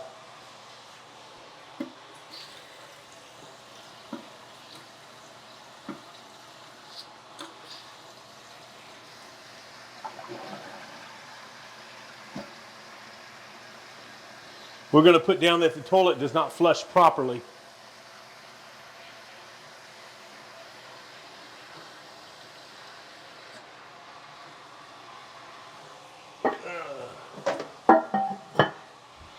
And it's loose at the base. So what I'll do is, I'll come all the way back here.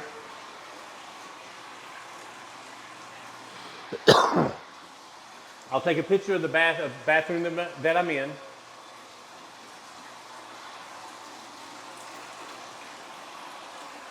Take a picture of the toilet's base. That lets me know it's loose at the base. And then I have my finger on that, letting me know that it's not flushing right.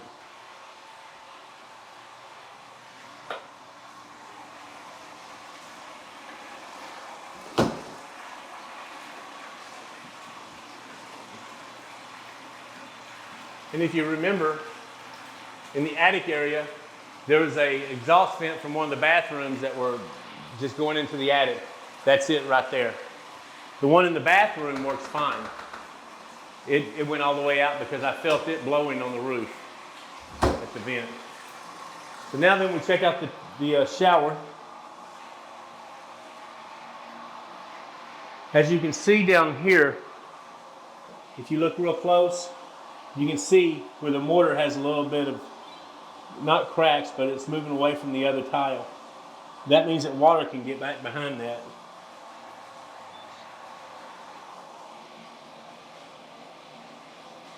Now we won't use a shower stopper on this one, but you can use a shower stopper.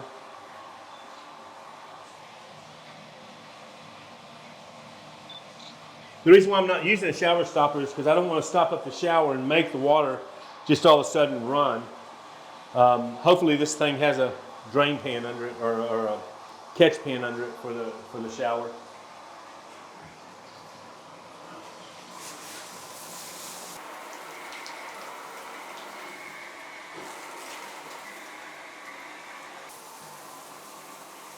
So it looks like everything's working fine inside the shower. Anytime you have a bathtub and you're filling it up, it's best to stay with it, but man, you're going to lose a lot of time. So what I do is just taking this right here about 1.5 minutes to fill up that much. I'll go onto my clock, my timer, and I'll put in 2 more minutes and I'll hit start. Now, the reason why I do this is so that if I get tied up looking at something else, distracted in the bedroom that I'm fixing to go into, I'll know that when this goes off, I need to go check on that water. That's the way I do it. I believe that there are some little things that can go in there, and after when the water gets up to certain, then an alarm go off, but that's just the easiest way that I'll do it. So I'll come back here in 2 minutes. That way I'm not wasting any time. I'm gonna go ahead and look under the sink. Same thing for the kitchen, same thing for in here, any plumbing, just feel under it. That's an old stain, that's not from now.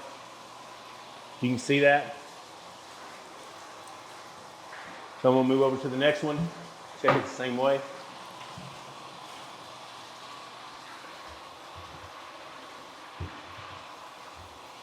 You also want to make sure, go ahead. You want to also make sure that there are valves under there. Mobile homes a lot of times won't have the emergency on and off valves, the cut on and off valves for the water. You want to make sure that you have some of those. If they're not inside the house somewhere where they have the individual ones, you want to make sure they're under the counter. If they're not, just write it up that there's no on and off valves for the water fixtures underneath. Okay, we'll go in here.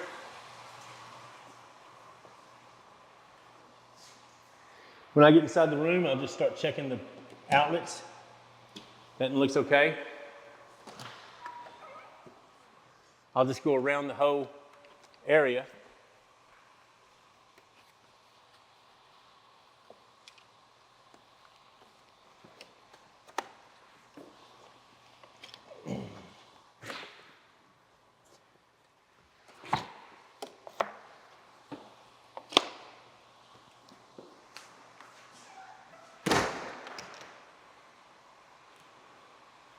I'm not really responsible for those, but I just like to check them anyway and see, make sure they do work.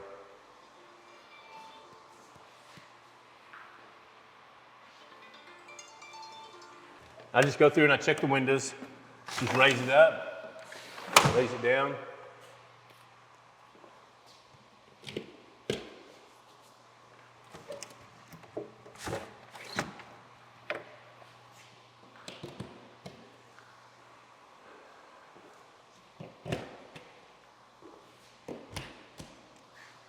I'm here at the electrical panel. I'm just going to feel, see if any of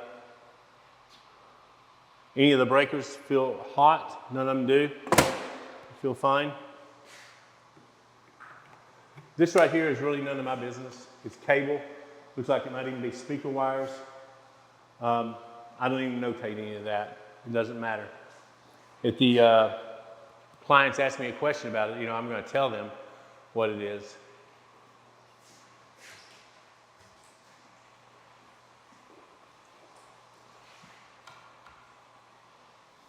Even if there are light bulbs out, I'll still go ahead and put it in the report.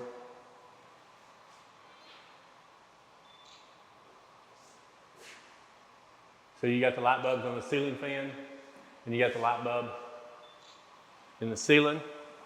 And so I get way over here, so I'll know where I was. Now I'll go through and I'll look at each corner, just to make sure that I don't see any kind of water leaks in the ceiling. And I had cracks at that wall on the outside, but I'm not seeing anything on the interior about that.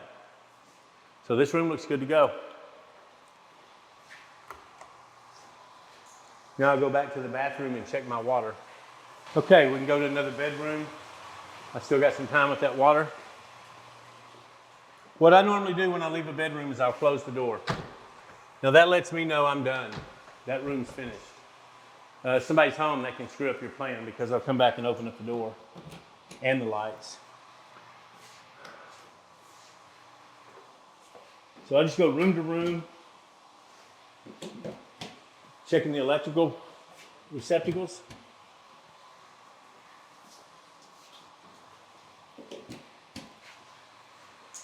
And again, looking for anything like cracks, anything different.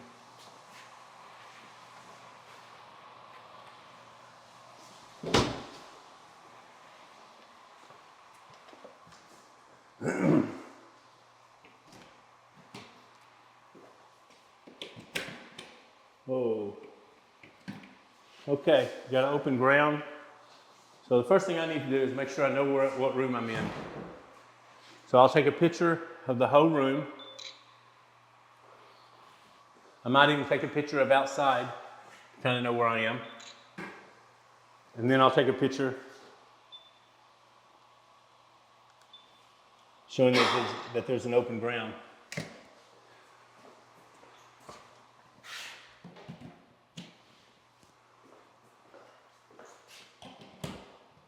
Another open ground. Another open ground. Not an open ground. Okay, so I'm going to add these two into the equation of open ground. You want to turn the fan zone in every room on high to see if they're wobbling or to see if they make ugly noise.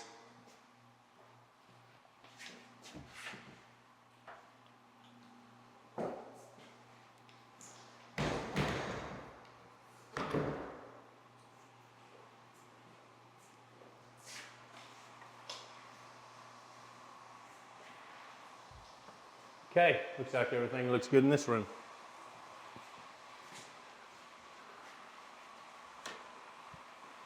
Let's go check our water.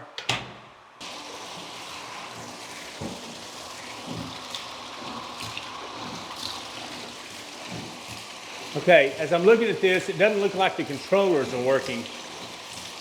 These usually control the pressure coming out of the jets. So I'll take a picture of the jets, take a picture of the controllers, and the controllers are how much pressure is coming out of the water jets. And when I turn them, nothing different's happening. It stays the same.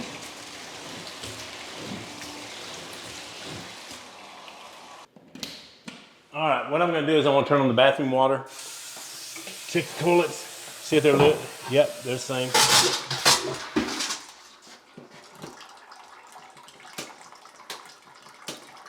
Yeah, I have no idea what that's about.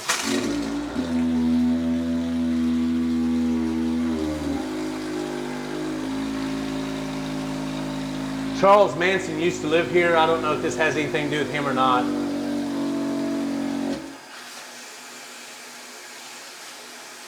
That's just air in the line, by the way. That's nothing. This house has probably been sitting for a little bit, and this is the hot water side.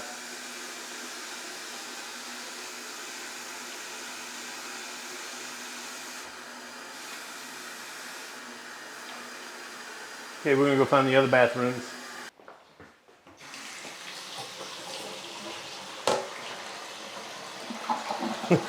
This toilet is tight, but it's crooked.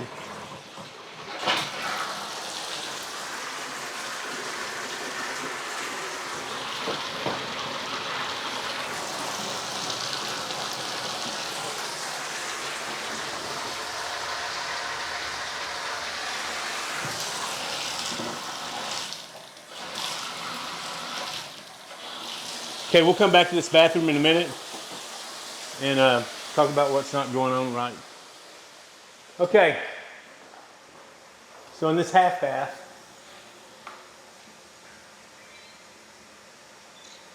loose toilet.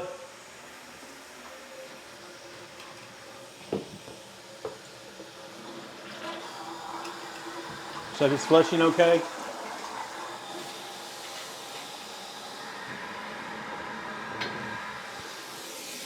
No water leaks. But we do not have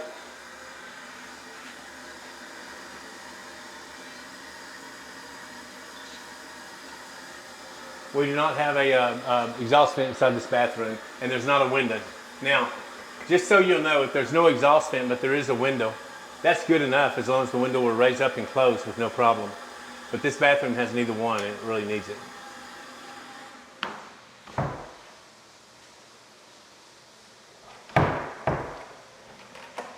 Door doesn't shut. I usually just put down door doesn't latch with striker, metal striker. And then I'll open the door so I'll know where I was.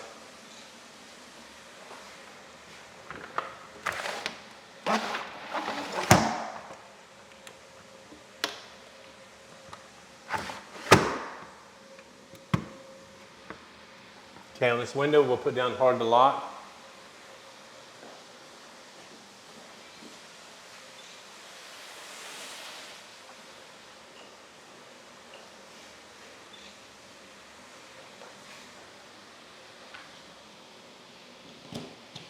Uh-oh. Have another open ground here. Another one there. Let me get a picture.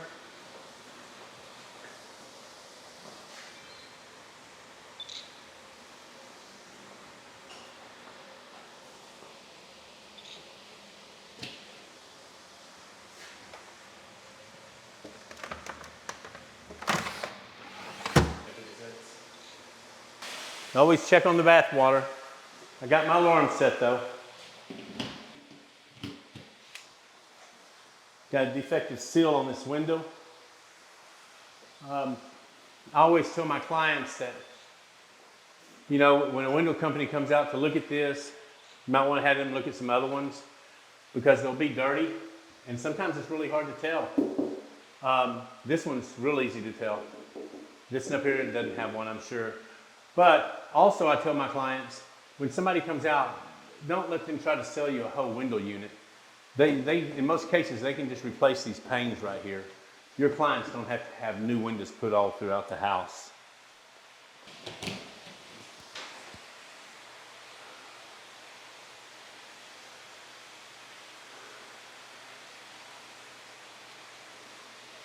Okay, this room's done.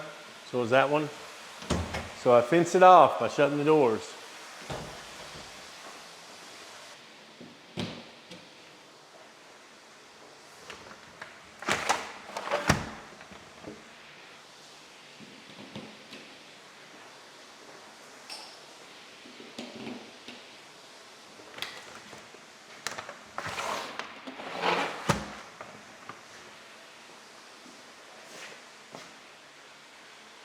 There's a light fixture missing inside that closet right there.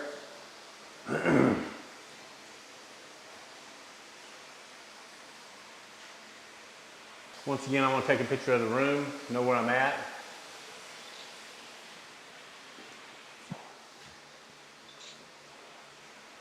It's also missing its closet doors.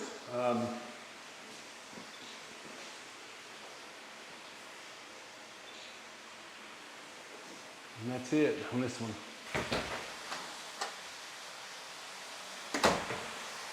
All right, now for this bathroom.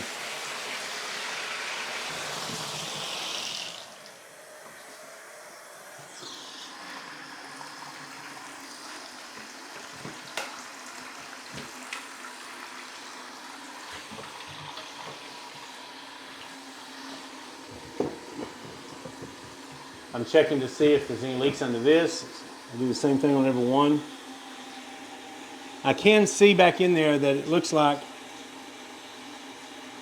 it is cast iron for the plumbing, but still, I won't make a positive. That you know, here in Texas, you have to put down what the plumbing line and material is made out of. If I can't be positive on it, like even when I look under there, the connection, the 90-degree angle that's there, looks like it's a galvanized steel. The other part of it looks actually like copper, okay? Then when I go outside, it kind of favors cast iron. So, which is it?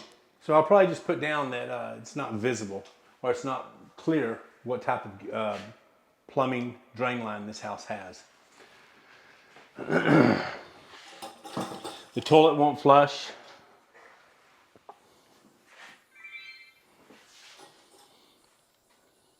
It's not lined up right with the wall. Now, that probably is not mattering about its functionality, but I wouldn't want to sit on a toilet that isn't straight. Our drain grate is missing.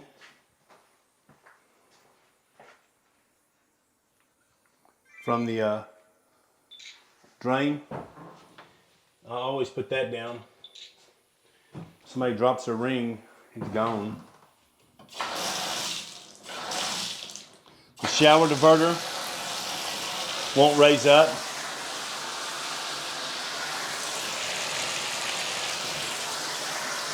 So again, I step back, take a picture.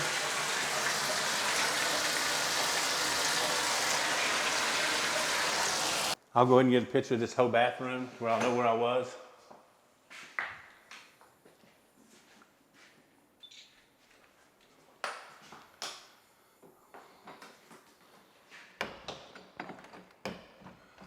Oh, we got a door not closing right.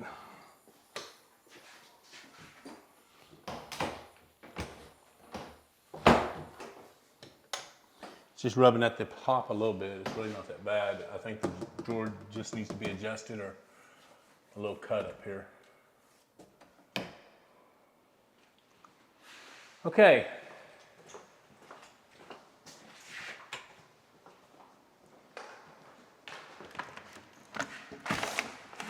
Checking the windows.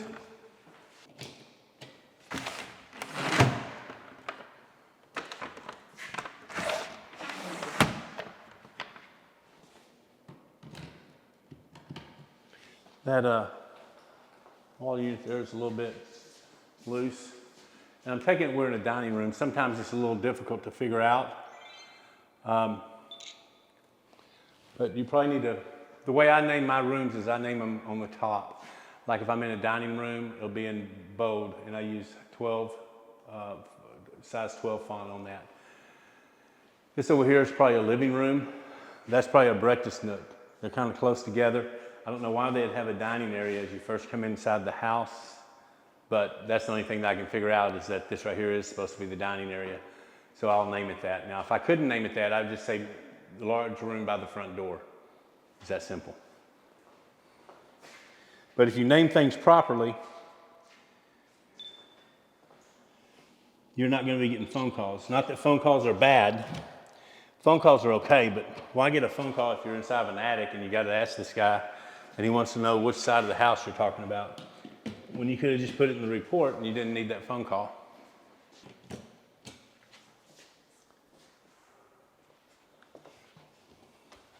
This little bath trap. I will tell you, be careful when you open these up. There are snakes in there sometime. I'm looking in here. This is the bathtub I just got through running. If there's any kind of water leak or anything, I'll be able to see the residue of the water. And I am seeing a little bit of residue of water, so I'm going to go back and turn the bathtub back on.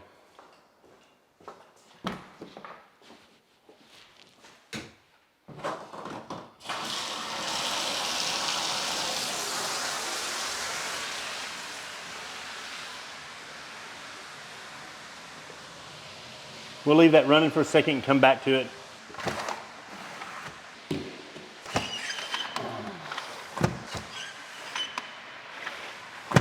Window's a little tight. I'm going to go ahead and put it in the report.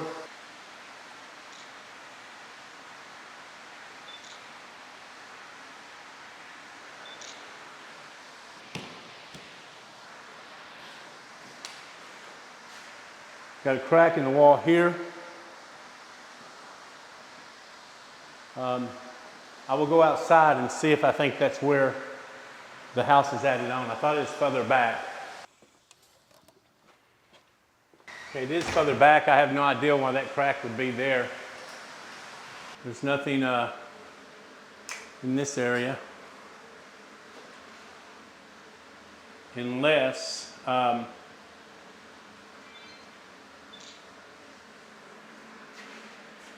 this may have used to be the area that was a garage, possibly.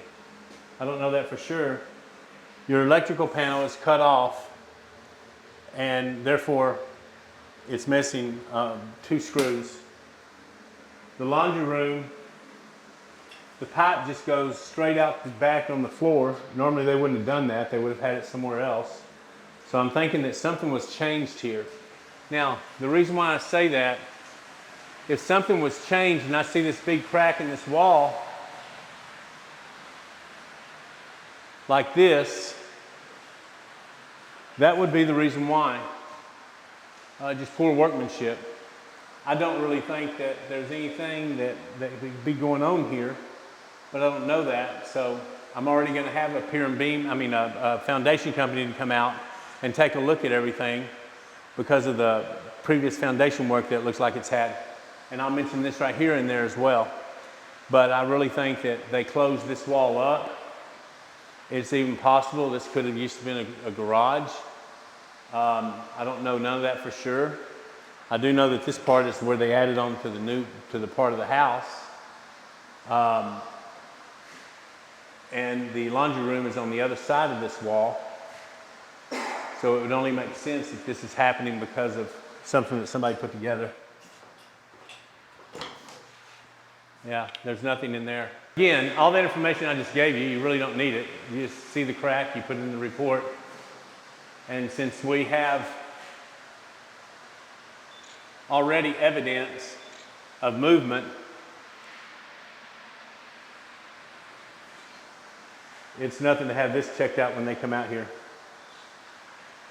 And who knows, maybe it's previous. Maybe they've already fixed the foundation. Okay, let's go outside. Well, almost outside. There is a leak under the bathtub in this area.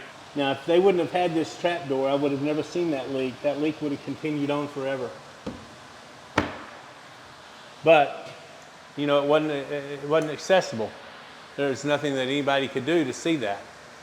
Now, one thing that you can do with something like that is always go to an outside wall and see if it's leaking from there. In this case, this is another bathroom and you can't see anything.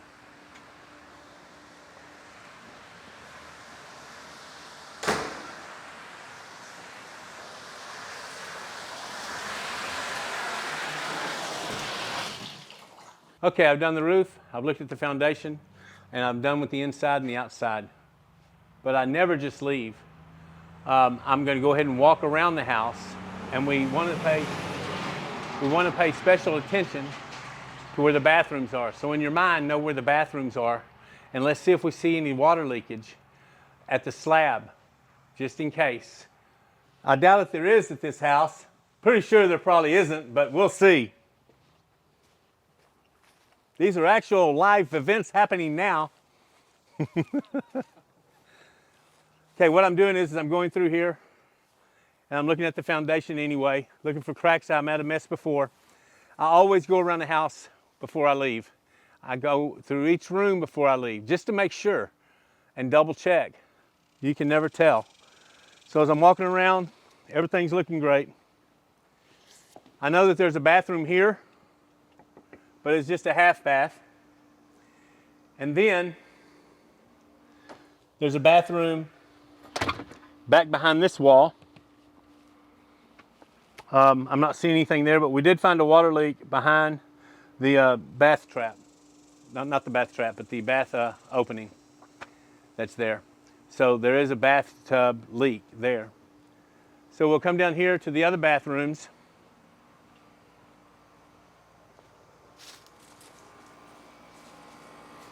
And holy cow, can you believe this? Looks like we got something going on here. That's water leaking. Now that other bathroom is here, is where the bathtub is. Then you got a shower right here. And then you have the sink right here. So something in there is leaking. It's not my job to figure out what is leaking. It's just my job to report this. I'll take pictures of this and I'll report it. Now I am going to go inside and see if I can find out where the leak is. I want to know.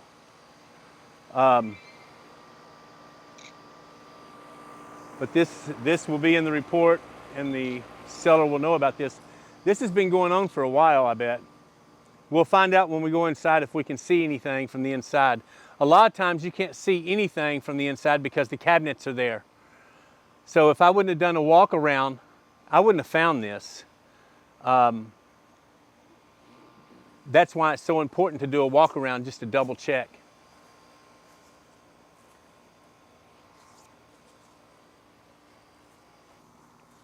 We can get another picture.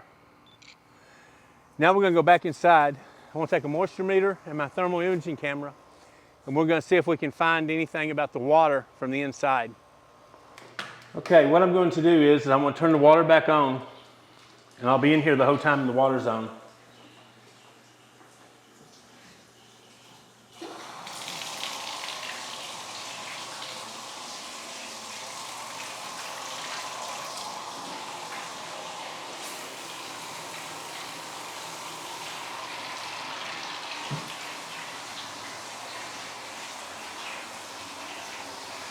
Okay, a thermal imaging camera is not going to find the water. Okay? What a thermal imaging camera will do is it will detect different temperatures. And if that water is coming out, it's going to be a different temperature than what the inside of this house is. Sometimes you can even use hot water side and it'll show up even quicker if you wanted to do that. So all that I'm looking for, I'm just trying to see if I can see where water might be coming. Here goes a place right here. I got the cold water on right now. You see that cold water line right there? I can see it from here. You probably can't see it, but it looks like it's moist down there. So I'll do this again.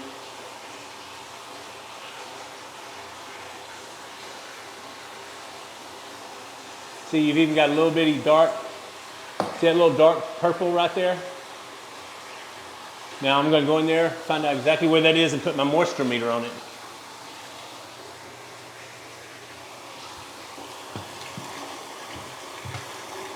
There it is. I don't know if you can see that or not, but it goes all the way up red. All the way up red.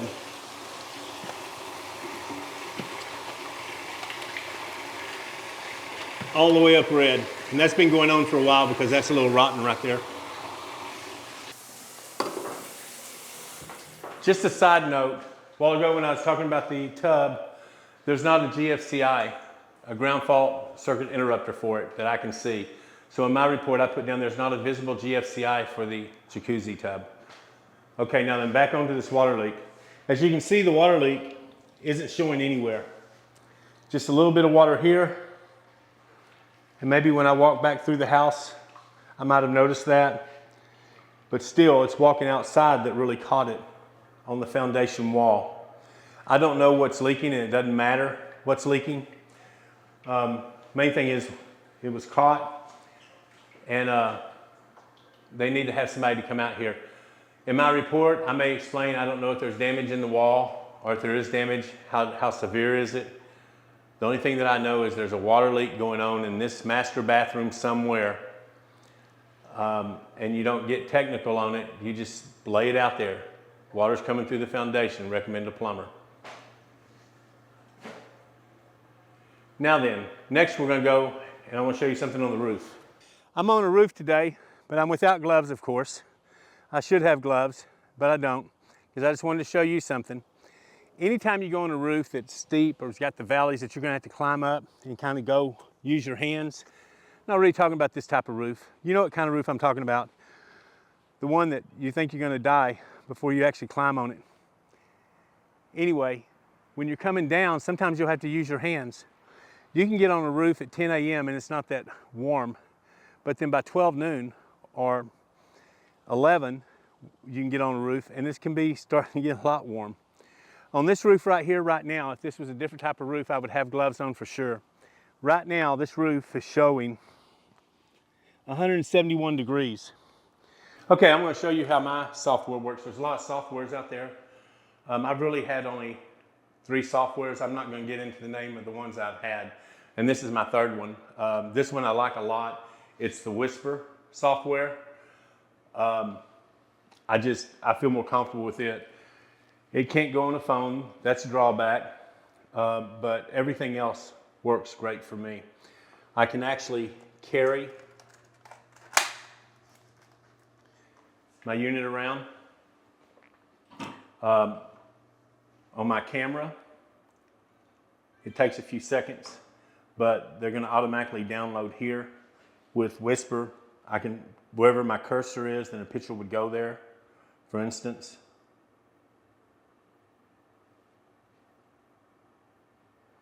There's my picture. Right now, I want all these pictures that we took to go in here. You'll see that download in a minute. I also use Dragon. It's Nuance. Basically, I can talk into this. I actually have commands in Dragon that work out really well for me. And I'll show you a few of those once these pictures download. You can see them downloading right here. I don't use a cord or anything like that. I just have a regular camera. It does have a iFi. That's a little SD card that I have. I don't think you can purchase those anymore. We're out in the country right now. The area that we're in doesn't really have any internet connection at all. And I can still use this with my computer to where I don't have to go back and forth with a cord. And that's it. That's 152 pictures just downloaded in there. Okay, just real quick, let's do this. Let me find something. I go over under plumbing, like where the interior is right there.